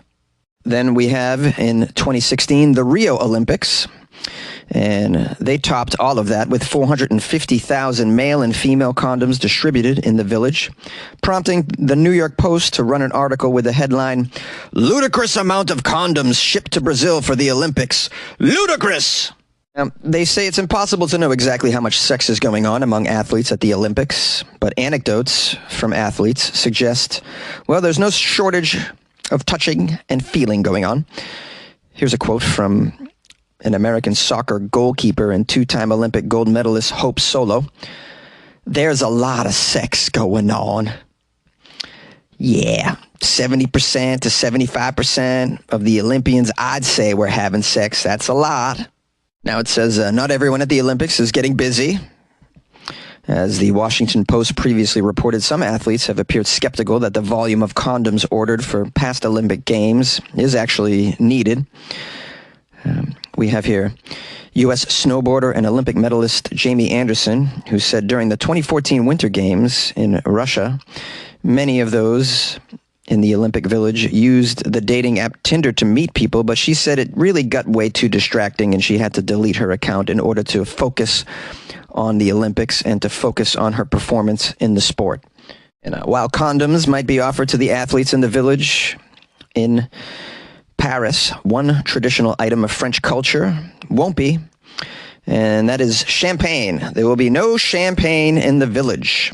However, Laurent Michaud says, but the athletes can have all the champagne they want in the city. Well, there you have it. Sex at the Olympics. It's going to happen. You have the most in shape, hottest people from all around the world gathering. People are going to get busy in those circumstances. So why not offer condoms? It just seems rudimentary to me. Do you agree? Call the show 646-450-2012. Hello, my friends and loyal listeners of the Weird AF News podcast. Thanks for kicking it with me today. Please, if you haven't subscribed yet, consider doing so. I do news 5 days a week on here. All weird news. On Friday, it's only weird news from Florida. That's the format around here. Everything's recorded inside a closet. If you want to support me and the show, go to weirdafnews.com where you can buy me a coffee or join the Patreon. I have a new fan in Finland that bought me coffee. This girl's name is Lena. She was introduced to my podcast by our dear friend Lisa, who's been a longtime fan and supporter of Weird AF News. I got an email from Lisa about it. She says, my dear friend Lena, she's an artist living in poverty. She's frightened of people, so making money is kind of hard for her. She wants me to buy a coffee because she thinks coffee is very healthy. She drinks about 20 cups a day. She would love you to advertise her stand-up routine she does alone when she's stoned, high as a kite. Please advertise it so people will be annoyed they cannot see or hear her material. Thank you. And then so there was a coffee bought on behalf of Lena, and little message from Lena, who says here, let me read it. It's very funny. Lisa from Finland introduced me to your podcast, Jonesy, and was wondering your opinion about using potatoes for smoking. Well, I can tell you this, Lena. I have not used a potato for smoking. I have smoked. The only vegetation I've smoked out of is an apple, which works. If it's not a soft apple, a hard apple can work. I'd imagine a potato works pretty well for smoking. And if that's all you have at your disposal, yeah, jump right on it. Smoke out of a potato, smoke out of a pumpkin. Build a water bong out of a pumpkin if you can. That sounds like a fun little DIY experiment. But yeah, I support whatever you're going to smoke out of, whatever it takes. Some people don't have a bong or a pipe, or they're incapable of rolling a J, as we say in Boston. Roll a fat J. So you gotta make do with what you have around you in your environment. So if it's potatoes, then I say go all the way potato, baby. And if you really want to kick it up a weird notch, smoke some weed out of your amputated foot. That'd be pretty wild. Hollow out the bone part where the ankle is and just... All right, Jonesy, you crossed the line. I know, I always cross the line. That's what I'm all about. Anyways, big shout out to Lena and Lisa. I now have 2 fans in Finland, so that's pretty cool. Might have to get there someday.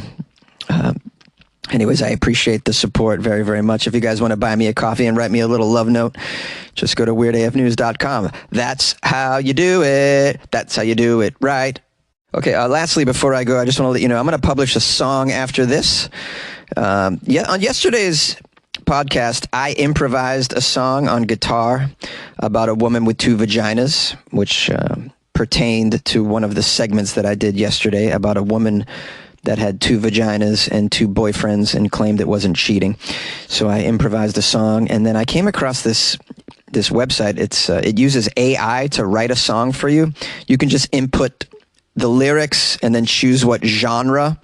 So I put in country and I inputted my lyrics, and I just wanted to see what it would come up with. And it's pretty good. I was very impressed with what they spit out. So I would like you to listen to it and just let me know if you think my version is better than the AI's version. This is the future, guys. There may be no human artists anymore. It just might be AI making all of the music sometime down in the future. So let's just hope the AI doesn't learn to tell jokes yet. I've tried to ask the AI to write some jokes just to see what would happen. Pretty bad. So for now, anyways, but who knows where this is going to go. Anyways, enjoy the song, call the show, or email me. funnyjones@gmail.com. Love you, and good luck with your life, man. Yay! Well, I met me a girl on a dating site. We went out that very same night. She said, I got a surprise for you. Not one vagina, I got two. She got two vaginas. I fell in love with one. She got two vaginas and I fell in love with one. Japan is going to launch the world's first wooden satellite. A female passenger is fined for forcibly performing oral sex on another passenger.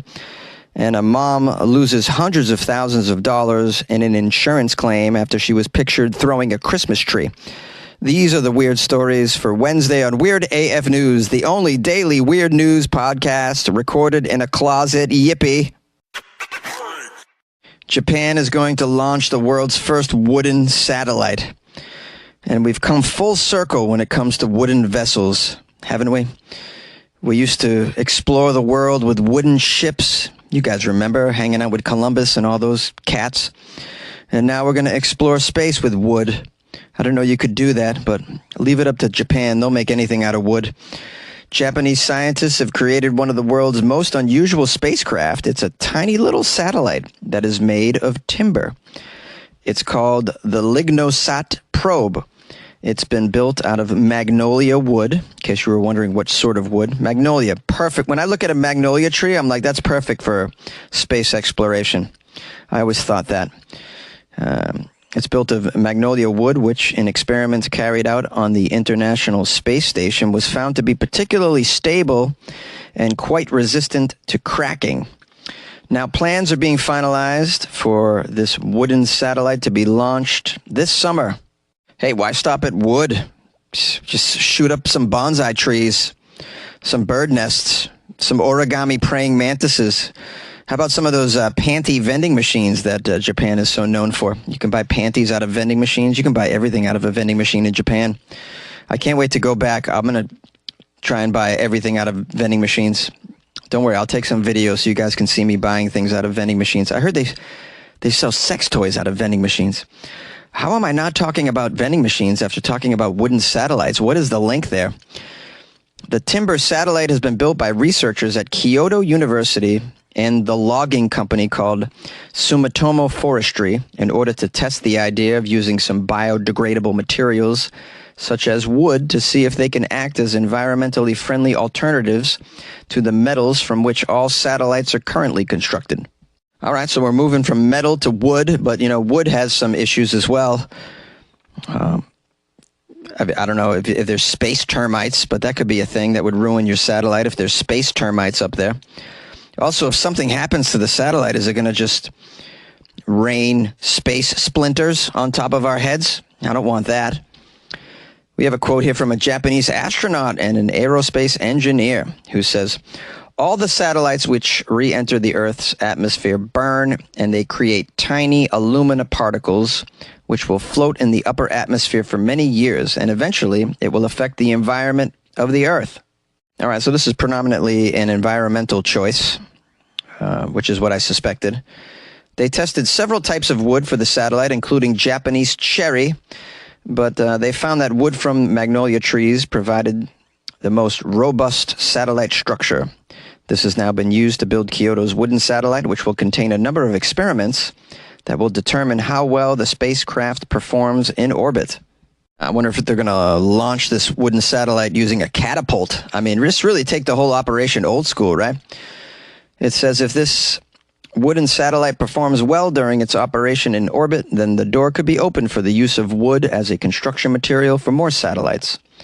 It is estimated that more than 2,000 spacecraft are likely to be launched annually in the coming years, and the aluminum that they are likely to deposit in the upper atmosphere as they burn up upon re-entry could soon pose some major environmental problems for the Earth. It says here, this should not be a problem with satellites made out of wood, such as a Lignosat, which, when it burns up as it re-enters the Earth's atmosphere after completing its mission, it will only produce a fine spray of some biodegradable ash. That's nice. And then you don't have to worry about a satellite landing on your roof as well, I'd imagine, or pieces of a satellite. I don't know if that happens. It sounds like it would. I want to know what aliens watching us think of all of this. Probably, check it out, bro. Dude, they're using wood now. Can you look at this? LOL, wood. Come on. You know, I think the most surprising aspect of this story is that the wooden satellite isn't being launched by the Amish. That's what surprised me. A female passenger has been fined for forcibly performing oral sex on a man. You know, my experiences on these airlines has been so much different than the stories that I frequently cover on Weird AF News. Apparently a passenger forcibly performed oral sex on a man. That's never happened to me, but then again, I never flew super duper first fellatio class, so maybe that's what comes with it. A woman was detained and fined for allegedly performing oral sex on a man who tried to push her away on the plane. I can't stand sharing an armrest. Sir, you're going to have to help me get through this. We have here a 29-year-old woman named Valeria. She was riding in economy class aboard a 5-hour flight from Turkey to Moscow when she allegedly sexually assaulted her seat neighbor. We have a quote here from the Russian media saying, she pulled down his trousers and committed violent acts of a sexual nature. Later, the neighbor stopped resisting. All of this happened in front of the flight attendants and other passengers. Wow, and to think, I was annoyed at the kid that was kicking my seat on the way to Dallas. I wasn't sexually assaulted, and I find it hard to believe that all these people just watched. The crew and the passengers just watched all this go down. If a crazy woman had my genitalia in her kisser and no one was helping me, I wouldn't even know what to think. I wouldn't believe that it was actually happening. How helpless. Now, the reports are that this passenger was intoxicated and she was allowed to finish her act. I will give oral pleasure to this entire plane if my demands aren't met to completion. How does this even go down? There's some video from the altercation on the plane showing this woman rummaging in a pile of trash that was spilled in the gallery for a $100 bill, which she then allegedly used to bribe the stewardess. Oh, yeah, there's a photo of her. She's a cute blonde girl. Looks pretty crazy, though. Wouldn't want to be sitting next to this maniac. They say here, surprisingly, the flight attendants waited until the end of the, quote, action and only then moved Valeria further away from the passenger. The woman fought back and did not want to leave her newly made companion. This is out of control. Valeria was accused of smoking an e-cigarette and pouring hot water on the floor as well. It says here they managed to keep this woman away from the passenger that she obviously had a crush on. And when police finally came on board to detain her at the end of the flight, passengers reportedly cheered and clapped. Well, you know, a little late, guys, to show support. You should have stepped in a little earlier. Now, following her arrest, Valeria told the media, quote, everything was fine. I had a good time on the plane. Yeah, she sure did have a good time on the plane. She's been fined 500 rubles for all of this, which is equivalent to $5.64. She raped a guy and was fined $5. What? How was she not arrested? This doesn't make any sense. Just a small fine for sexually assaulting a man. That's it. $5.64. She probably made more than that in tips during the whole escapade, I'd imagine. Wow. It's not very safe for Russian men, it sounds like. A woman loses her injury claim after she was photographed tossing a Christmas tree. A mother has had her $800,000 insurance claim dismissed by a court in Ireland after a photo emerged of her winning a contest to see who could toss a tree the furthest. Her name is Kamila Grabska. She's 36 years old. She claimed that a car accident left her with debilitating pain, leaving her unable to lift things such as heavy bags, and has kept her in bed on very bad days because of the debilitating pain. According to the media, the constant pain in her back, neck, and spine left her unable to lift groceries, do chores, or play with her 2 children. She sued an insurance company called RSA Insurance on the basis that she could not work for over 5 years, claiming for past and future loss of earnings, which amounted to around $542,000 of her total claim. Her case became unstuck unstuck, funny word. Her case became unstuck when a photo published in the same newspaper almost a year after her accident showed her winning a Christmas tree throwing contest. You dummy. All she had to do was not participate in a heavy object throwing contest that's covered heavily by the mainstream media. That's all. Imagine how many POSs get away with insurance fraud like this simply because they have the common sense to not participate in vegetation throwing contests. Oh, man, people like her are exactly why our insurance rates are so damn high. I'm glad they caught her. So initially, they took a photo of her forcefully throwing a tree in the town of Ennis in Western Ireland, where the championship takes place. It's based on an old lumberjack competition, apparently, where they cut up logs and throw trees around. It's a strange contest, but not a lot to do in Western Ireland, I'd imagine. The winner is the person who throws the Christmas tree the longest distance. A second photo published the next day showed her smiling as she holds a certificate declaring her the actual champion of the tree throwing contest. If you're gonna commit fraud, there's a way to do it. There's a way to not do it.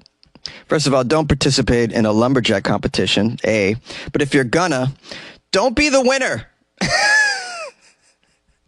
They share your photo a little more widely when you're the winner. They talk about you.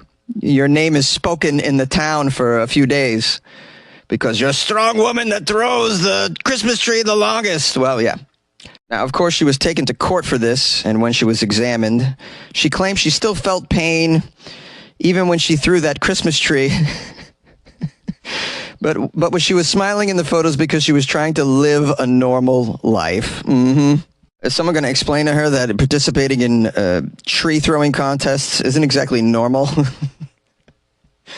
But you love her excuse. Yeah, no, I know I was throwing 180-pound trees around, but I mean, it kind of hurt when I did it. I mean, it wasn't like it was a pain-free Christmas tree throwing competition. You know, I felt it. Now, thankfully, the judge who presided over the case said that she had no choice but to dismiss her claim because of the, quote, very graphic photo of Grabska throwing the Christmas tree, which was at odds with the medical evidence that was provided. The judge said, quote, "I'm afraid I cannot but conclude her claims were entirely exaggerated." Good job, Judge. I think that was an adequate decision. It's hard with these insurance fraud cases. Hard to prove that they're fraud. I mean, unless, of course, you win a public feat of strength, then pretty easy to prove. This story makes me wonder, do insurance companies create such events in order to catch fraudsters? You can see that, right? Hey, man, what happened to your case? Man, I got caught. It was fraud. Yeah, I participated in the annual Turn Your Head competition. So much for that accident claim. Yay! Hey, my friends, thanks again for spending some time with your friend Jonesy and the Weird AF News podcast. I appreciate that. I also appreciate the nice review that I got on Amazon from Chris Elliott, who gave me 5 stars. The title of the review is My Morning Routine. I gotta say, I love Jonesy and the way he presents the news. The weird news. This is my morning routine as I sit on the pot and listen.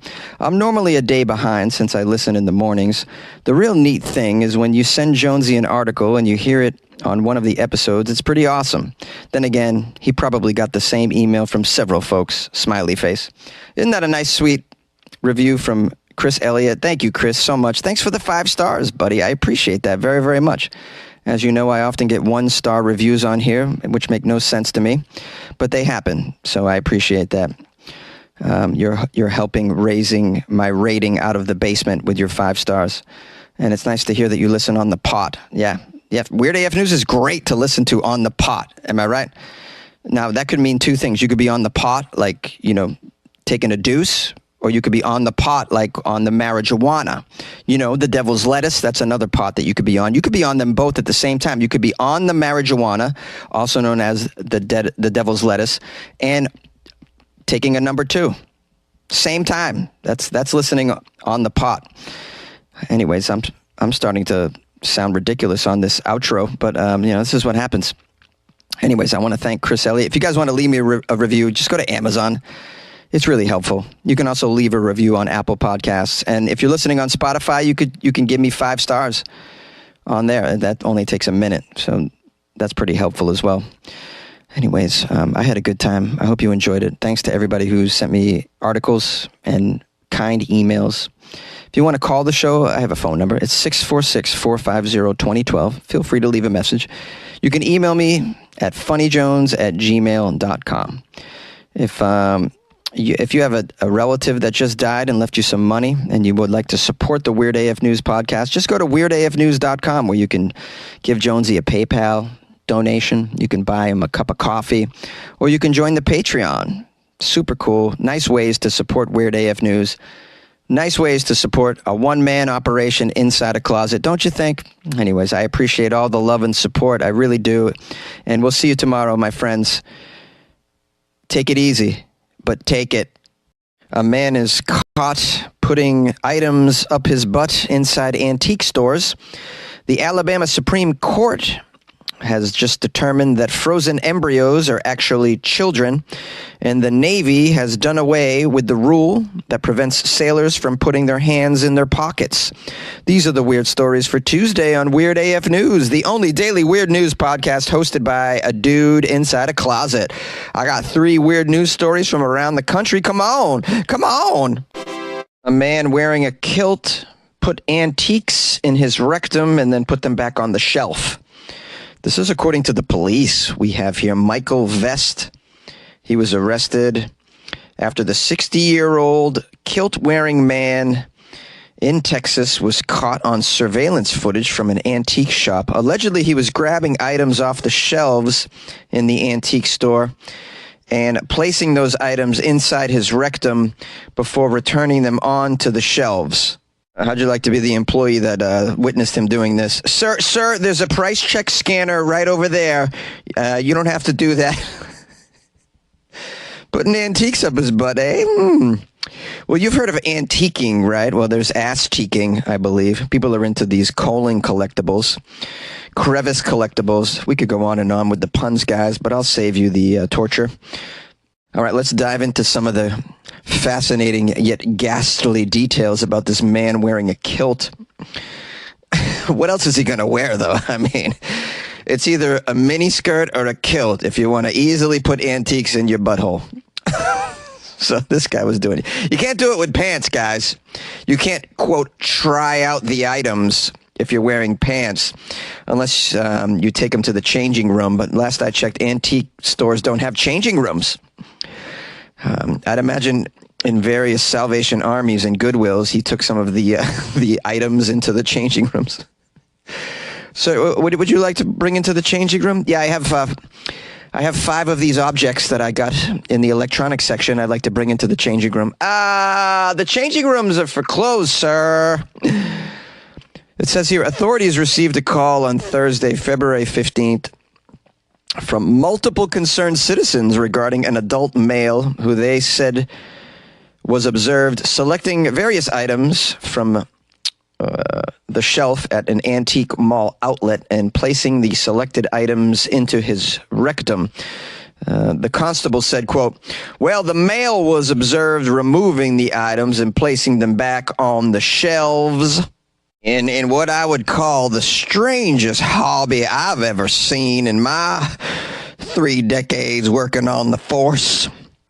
Well, in this guy's defense, how else is he going to find new sex toys? I mean, Amazon doesn't exactly tell you, will this fit in my butt? You can't even ask them that before. So you got to go out in the field.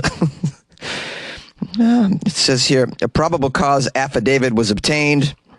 They identified some of the items allegedly tainted by Mr. Vest's actions, including the following items: an antique bottle opener, an antique tobacco tent can, not sure what that is, a restoration hardware piece, doesn't say the size of that, I'd imagine it's quite girthy, and an antique makeup brush.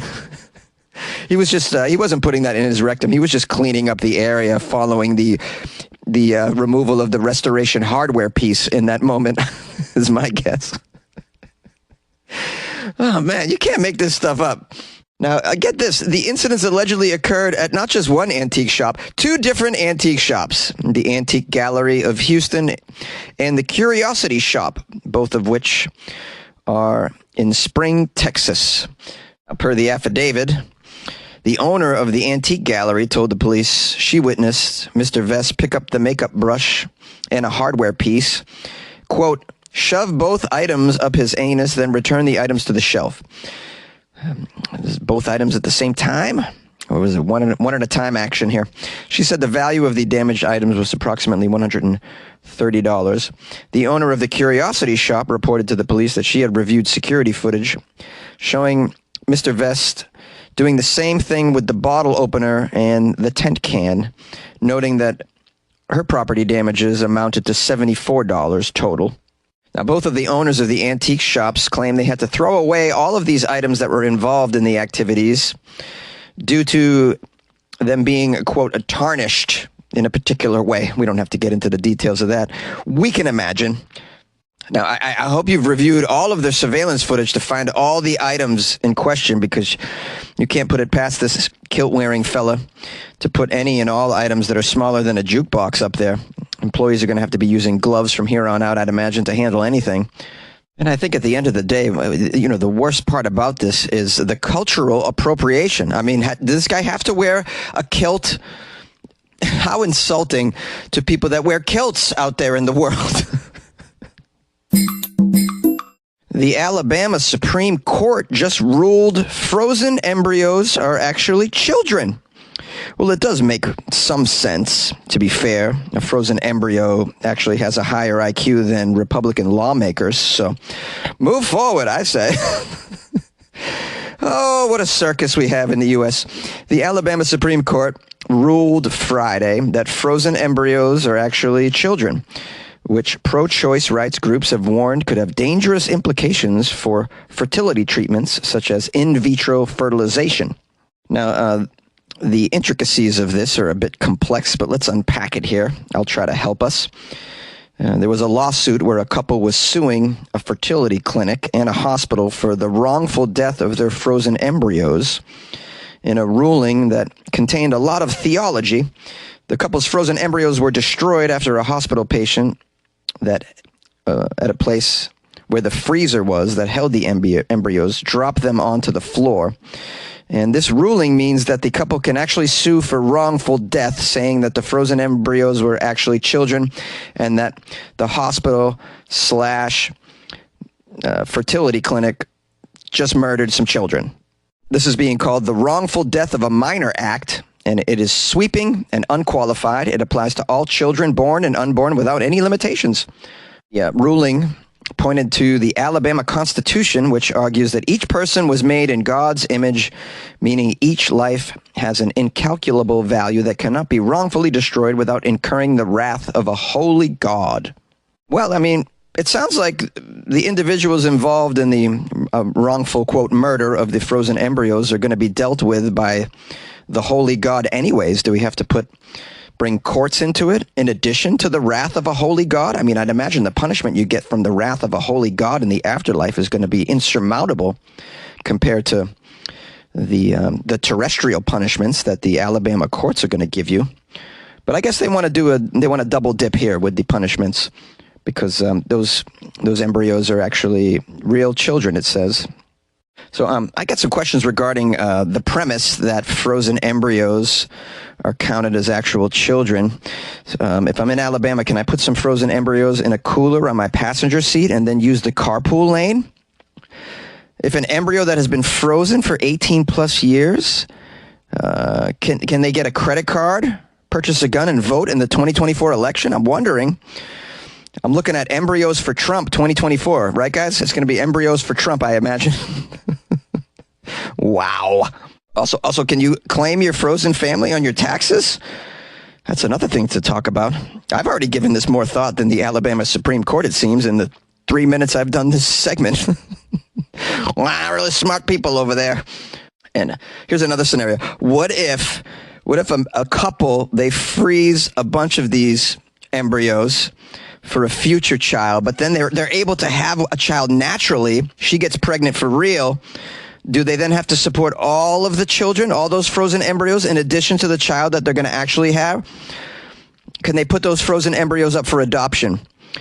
Whew. I mean, we got a problem here, guys. We got to figure this out. Oh, also, if there's a power outage at the fertility clinic and those freezers go down, is the fertility clinic now on the hook for mass murder? Did they just murder 50,000 children? I mean, I'm not smart enough to figure this out. I'm just guessing here. I am going to say, though, that maybe Alabama shouldn't jump into science yet. I mean, not until they're done with cousin humping. Anyways, you know, this is a state where, like, children can get married. I believe the legal marriage age is, 14 in Alabama? So maybe get those things under control before you start jumping into science. The Medical Association of the state of Alabama warned that this ruling could bring about some harmful consequences for fertility treatment in Alabama. I would say harmful consequences? Yeah, every fertility treatment center is just going to leave Alabama at this point because it's too dangerous. I mean, the consequences of anything happening to all of the children that you have frozen, it's just too much of a liability at that point. So this is going to create a situation where anybody in Alabama who wants to do IVF treatment is going to have to just travel out of state, or maybe mail order. Can you do it through the mail? I'm not familiar with all of the options that we have as far as fertility goes. I got a vasectomy, so I'm going in the opposite direction. I'd imagine Alabama is going to make vasectomies illegal at some point as well. A lot of these states might outlaw vasectomies. That's the next step. Oh boy, I'm glad I squeezed mine in before the deadline, before the Christo-fascists take away my rights. And I think the next logical step in all of this, if these Bible thumpers have their way, would be to claim that my sperm is also a child. That would be the next step. And then I guess what I'm doing is holding all of my sperm prisoners against their will inside my sack by not letting them out. Because every sperm is sacred. Every sperm is great. Every sperm is sacred. Every sperm is great. What do you guys think about this story? Do you have an opinion on it? Do you lie somewhere on one side of this? Call the show, 646-450-2012. I would love to hear from peeps. Gonna hold my baby, gonna squeeze her tight, but I gotta wear special gloves 'cause she's got eczema. Oh, my baby got the eczema. Yay! The Navy gets rid of the ban on sailors putting their hands in their pockets. The Navy got rid of a source of anger and online mockery this past week, announcing they are lifting the ban on sailors keeping their hands inside their pockets. I'm wondering, prior to this, how did the sailors get stuff out of their pockets? Did they all just do a handstand and allow things to fall out? How'd they get at that hidden jelly donut? That's what I want to know. Is that a jelly donut in your locker? It says here, sailors are authorized to have hands in their pockets. When doing so, does not compromise safety nor prohibit the proper rendering of honors and courtesies. That is the statement from the actual Navy. The change was largely made at the request of the sailors, who saw the rule as pointless and quite irritating, I can imagine. It's pretty cold on the deck of a ship, very windy. The pockets are a place where you can keep those nice hands warm. This ban had been in place because the Navy believed that keeping your hands in your pockets actually detracts from a sailor's military appearance. Yeah, perhaps there's some credence to that claim. But, you know, then you got to argue that 24/7, they got to keep up the military appearance, when that's not the case. You know, you're on a ship for how many weeks, months? Sometimes you should be in military appearance, and sometimes it's downtime, and you should be able to put your hands in your pockets. I'd imagine if you're all lining up for a military photo of some sort and you want to look very regal and professional, then yeah, no hands in the pockets, that makes sense. Or when, you know, when they line up in the morning, don't they line up in the morning and the guy walks down and gives them orders, and they have to salute to the guy, you know, the lead guy on the ship, whoever's, what is it, like a sergeant or a chief? I'm trying to think. I don't know anything about the military. I claim complete ignorance. I never had the desire to join the military. It's not a place for a guy like me, I don't think. I like to sleep till 9 a.m., so not for me. But I imagine when that guy gets up in the morning and checks them all out, they got to stand at attention and then no hands in the pockets. That seems natural. If you put your hands in your pockets in those moments, it would seem like you're insulting the chief or the head Navy guy. Also says there's some more changes that are going to take place during the announcement. They included other notable changes, some of them reflecting the growing presence of women in the Navy as well. Female sailors are now permitted to optionally wear T-shirts specifically designed for female bodies with Navy uniforms. The statement said that the intent of this policy update is to address expressed dissatisfaction regarding the required wear of male or unisex T-shirts that are not designed to actually fit the female bodies. Women can also now wear fake eyelashes or eyelash extensions, provided that the lashes project a natural appearance and are not longer than 14 millimeters in length as measured from the eyelid to the tip of the eyelash. False eyelash color will match the color of the natural eyelash. Eyelash extensions cannot hinder wear of protective eyewear.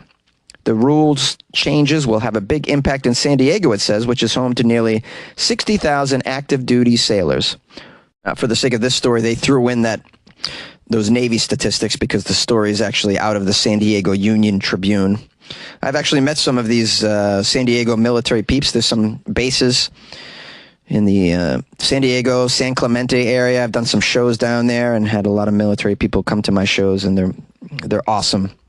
I've noticed that the young military crowds are very well behaved compared to some of the other young crowds that I've had to perform in front of, such as the young college crowd, which is a bit annoying, and they definitely can't handle their booze, where I find the military people can really handle their booze.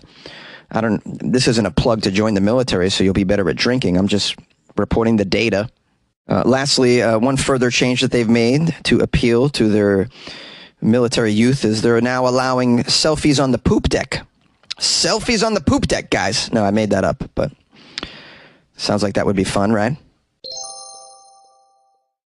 Is there anybody going to listen to my story? All about the man who put antiques in his butt. He's a kind man that wears a kilt and he loves the fresh air. And he puts the things inside his butt. Oh, butt antiques. Butt antiques. Oh, man. I really crossed the line there. I totally desecrated a Beatles song. Please forgive me. Oh, I hope John Lennon isn't looking down from heaven and just disgusted by my parodying of a Beatles song to a story about a man wearing a kilt putting things upside his rectum. Hey, you got to take these kinds of risks in life to be entertaining, though, I find. Please don't cancel me. And please subscribe to Weird AF News, where you get terrible jokes and, likewise, horrible song parodies. I want to thank you guys for spending some time. If you haven't subscribed yet to the Weird AF News podcast, please consider doing so, but do so at your own risk. Just know it's terrible. Lastly, if you guys would like to support the show, I would love it if you supported the show. Yeah, I got a website. It's weirdafnews.com, and you can go there and buy Jonesy a coffee to keep me caffeinated throughout the day. And you can also join the Patreon. That's a way to support the show. You also get additional weird content if you join the Patreon. It's sort of an added bonus, so I encourage people to do that as well. If you want to send me any stories, my email's funnyjones@gmail.com, or you can go to my Instagram @funnyjones and then send me stories in my DM. You can DM me and say hello. Tell me your name. Tell me where you're from. Introduce yourself. Say hello. I love to hear from listeners. I'm so grateful. And I will talk to you tomorrow. Good luck with your life, man! Florida lawmakers pass a bill banning balloon releases. A Florida man beat his victim with a coconut after stealing his tricycle. A Florida man held a woman at gunpoint after learning she was transgender. And a Florida man claims his bomb threat was actually flirting at the airport. These are weird stories for Friday on Weird AF News. These weird stories are all from the state of Florida, because on Friday we only do weird news from Florida on Weird AF News. It's called Florida Friday. That's right. Florida Friday, Weird AF News. Let's do it. Florida lawmakers are banning balloons. This is perfect timing. I've been wanting someone to do something about inflation, so they're going to ban balloons. The Florida legislature passed a bill Tuesday banning balloon releases. Oh, not balloons, but balloon releases. You can't release balloons. You often see balloon releases at things like weddings, memorials, and gender reveals. Well, if you're not going to allow balloon releases at gender reveals, how are we supposed to know the genitalia of your incoming child, man? How are we supposed to know if it's a boy part or a girl part if we don't allow the balloon releases? You guys know how it goes. They release a blue balloon or a pink balloon. Just for once, I'd love to see them release like a bunch of red balloons and be like, just kidding, an abortion. Oh, that's so dark. That's so dark. I apologize. It's Friday, Jonesy. How about a little levity? Okay. So this thing is called House Bill 321. They always got to give it a catchy name. And it passed with a vote of 102-9. Wow. They really want to ban balloon releases in Florida. But if you ban the balloon releases, what are the dolphins going to use for condoms? Because I think they use discarded balloons that they find in the ocean. If it doesn't get caught in their blowhole, they use it for condoms. No, I really support this because it endangers wildlife for sure, and it's a lot of pollution. As someone that loves animals and hates gender reveal parties and static electricity, I totally support the banning of balloon releases. Now, if only Florida could get their act together and start banning public male genitalia in Walmart parking lots, that'd be very helpful because there's a lot of that going on. This bill would make the intentional release of balloons illegal, so accidental balloon release not illegal. So let's just say you're a little kid at Disney and you got a balloon and then you accidentally, oh, there it goes. You won't be thrown in jail. That's good to know. And they're classifying this as a non-criminal littering infraction. The bill cites the wildlife and environmental dangers from balloons as motivation for this bill. Yeah. How woke of Florida, huh? This is so unlike Florida to be so woke. I have a feeling there's something else going on behind it. Did DeSantis see a gay couple release some balloons and was like, not on my watch. Balloons are gay. Here's a quote from this bill. It says, balloons take years to break down and often end up in waterways or the ocean where they can be swallowed by marine animals.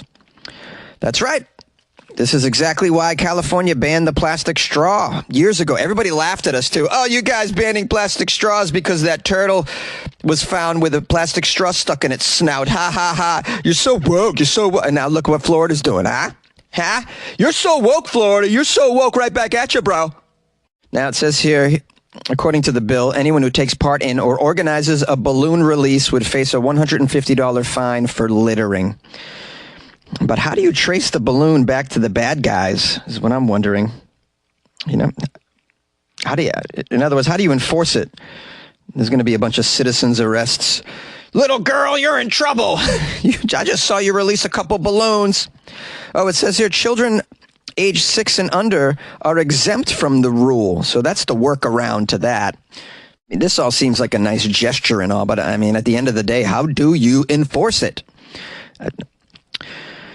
And it's awfully strange that Florida's doing such things when they have all these other problems. I mean, right now in Florida, you have radioactive roads and a complete measles outbreak at schools, and they're banning balloon releases. Just seems strange to me. But then again, I can never apply reason to what's going on in Florida.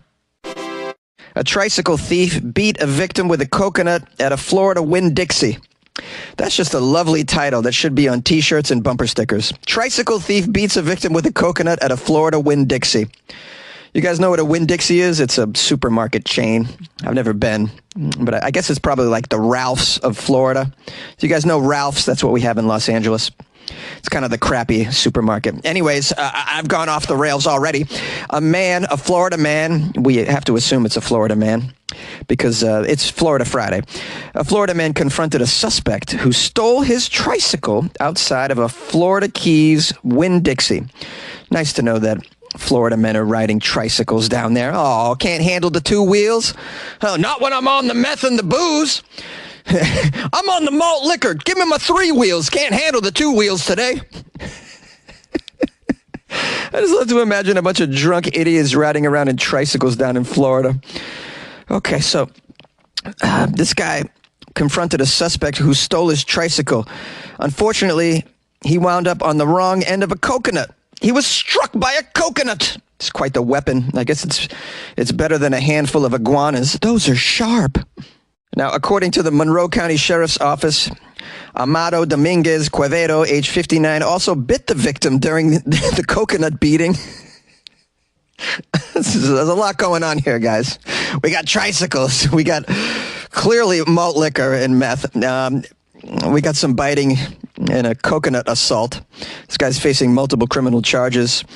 Deputies were called to the Winn-Dixie at 3 p.m. Yeah, just middle of the day. Normal Florida Winn-Dixie behavior. It states that the fight ensued after a man confronted Domingo for stealing his tricycle, which the victim had bought on Amazon for $260. That's a very important feature of it. In case you guys are wondering what adult tricycles go for these days, I mean, I'm assuming it's an adult tricycle. I don't see a photo of it. Then again, I would have to see a photo of the tricycle and then another object in the picture to give me an idea on what the size of the tricycle would be. Is it a kiddie tricycle or an adult tricycle? But anyways, this is what a tricycle goes for on Amazon, $260. I don't know why they put that in here. How much was the coconut, I wonder? Was it? Dominguez Quevedo became violent soon after, wielding a coconut and striking the victim in the head with the coconut repeatedly. Man, imagine getting whacked in the head repeatedly by a coconut wielding Florida man. In addition to the multiple head bashings by a solid fruit, the victim was also bit several times, the report states. Several times. Deputies say the victim was hurt in the attack, but not seriously. Oh, thank goodness he got away without any serious injuries, being bitten and whacked by a coconut. Thankfully, he didn't get run over by his own tricycle. It says Dominguez Quevedo's belligerence continued as deputies attempted to take him into custody at the Winn-Dixie. Deputies say Dominguez purposely, quote, became limp. All right, well, this story took a turn. A plot twist.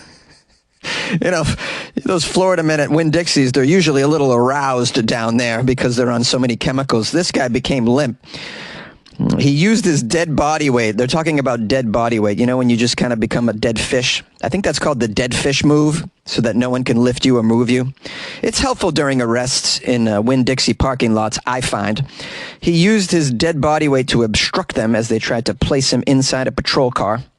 Oh, it says here, Dominguez then spat in the deputy's face. Oh, Dominguez. He's not going down without a fight. He's doing the dead fish spit in your face act.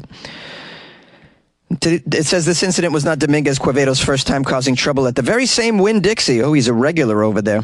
You can find him in the coconut section biting people. According to deputies, on February 4th, he hit a store worker in the face, but that employee declined to pursue charges. See, this is why you never decline to pursue charges against a violent Florida man. Says here, our Florida man, star of the story, Dominguez Quevedo, lives coincidentally, you're not going to believe this, on Coconut Palm Drive. See, it all comes full circle, doesn't it? A Florida man held a woman for ransom in a motel after learning she was transgender. This is a Miami story. They're lovely. Police in Miami arrested a Florida man, they say, held a woman for ransom at gunpoint in a motel room. This was after learning the woman is a transgender individual. We have Joshua DeBarge Lucas, age 34, taken into custody for the alleged kidnapping that took place at the Saturn Motel in Miami. Joshua grew very upset following the completion of a sex act when he learned the victim was transgender, according to the police report. Oh, sounds like Joshua's got a little buyer's remorse after finding out that he was just sexually pleased by a transgender. I'm wondering what occurred during the completion of a sex act. It was a way in which it wasn't completely obvious that this was a transgender. Maybe Joshua had his eyes closed during these feats of strength. I know sometimes I like to close my eyes and imagine I'm somewhere else. Okay. It says Joshua allegedly called a friend and together they held the victim at gunpoint. Wait. You called a friend? Hey, man, you got to get over here. I'm in some trouble. What happened, man? Well, I just had a lovely love-making session, but I didn't realize I was making love to someone that I disapprove of. I totally disapprove of this lifestyle, and now I'm in quite a quandary, and I don't know what to do. So if you could get over here and help me, I don't know, maybe we can hold them for hostage for a little while. This is probably going to end well. I don't know how else you deal with this. I mean, I could just walk away, but why do that? Let's get some crime involved. Okay, now the story goes on to describe the Florida man and his friend's plan. This is what they did. They held the transgender person at gunpoint and forced her to send a text message to a friend that read, "Text me." This was at 5 o'clock. When the friend responded with a FaceTime call, Joshua, the Florida man, reportedly went on the phone's camera and demanded $200 from the friend of the transgender, or they would hurt the victim in that motel room. He reportedly told the friend he felt, quote, disrespected by the victim and further expressed concern that a sexual encounter with a trans woman would violate his beliefs as a Black Hebrew Israelite. Never heard of this Black Hebrew Israelite. This is a Southern Poverty Law Center designated hate group. Oh, it's a hate group. Okay. A member of a hate group just made sweet love to a transgender. Now, that'll put him in a pickle. Surely. What do I do? This is against my xenophobia. I'm going to have to figure out a way to get through this. I know. We'll get my gun and we'll hold him for ransom. It says here, according to the police, Joshua, the Florida man, told the victim's friend over FaceTime that the pair were high at the time of the sex act, and he only became angry after he sobered up.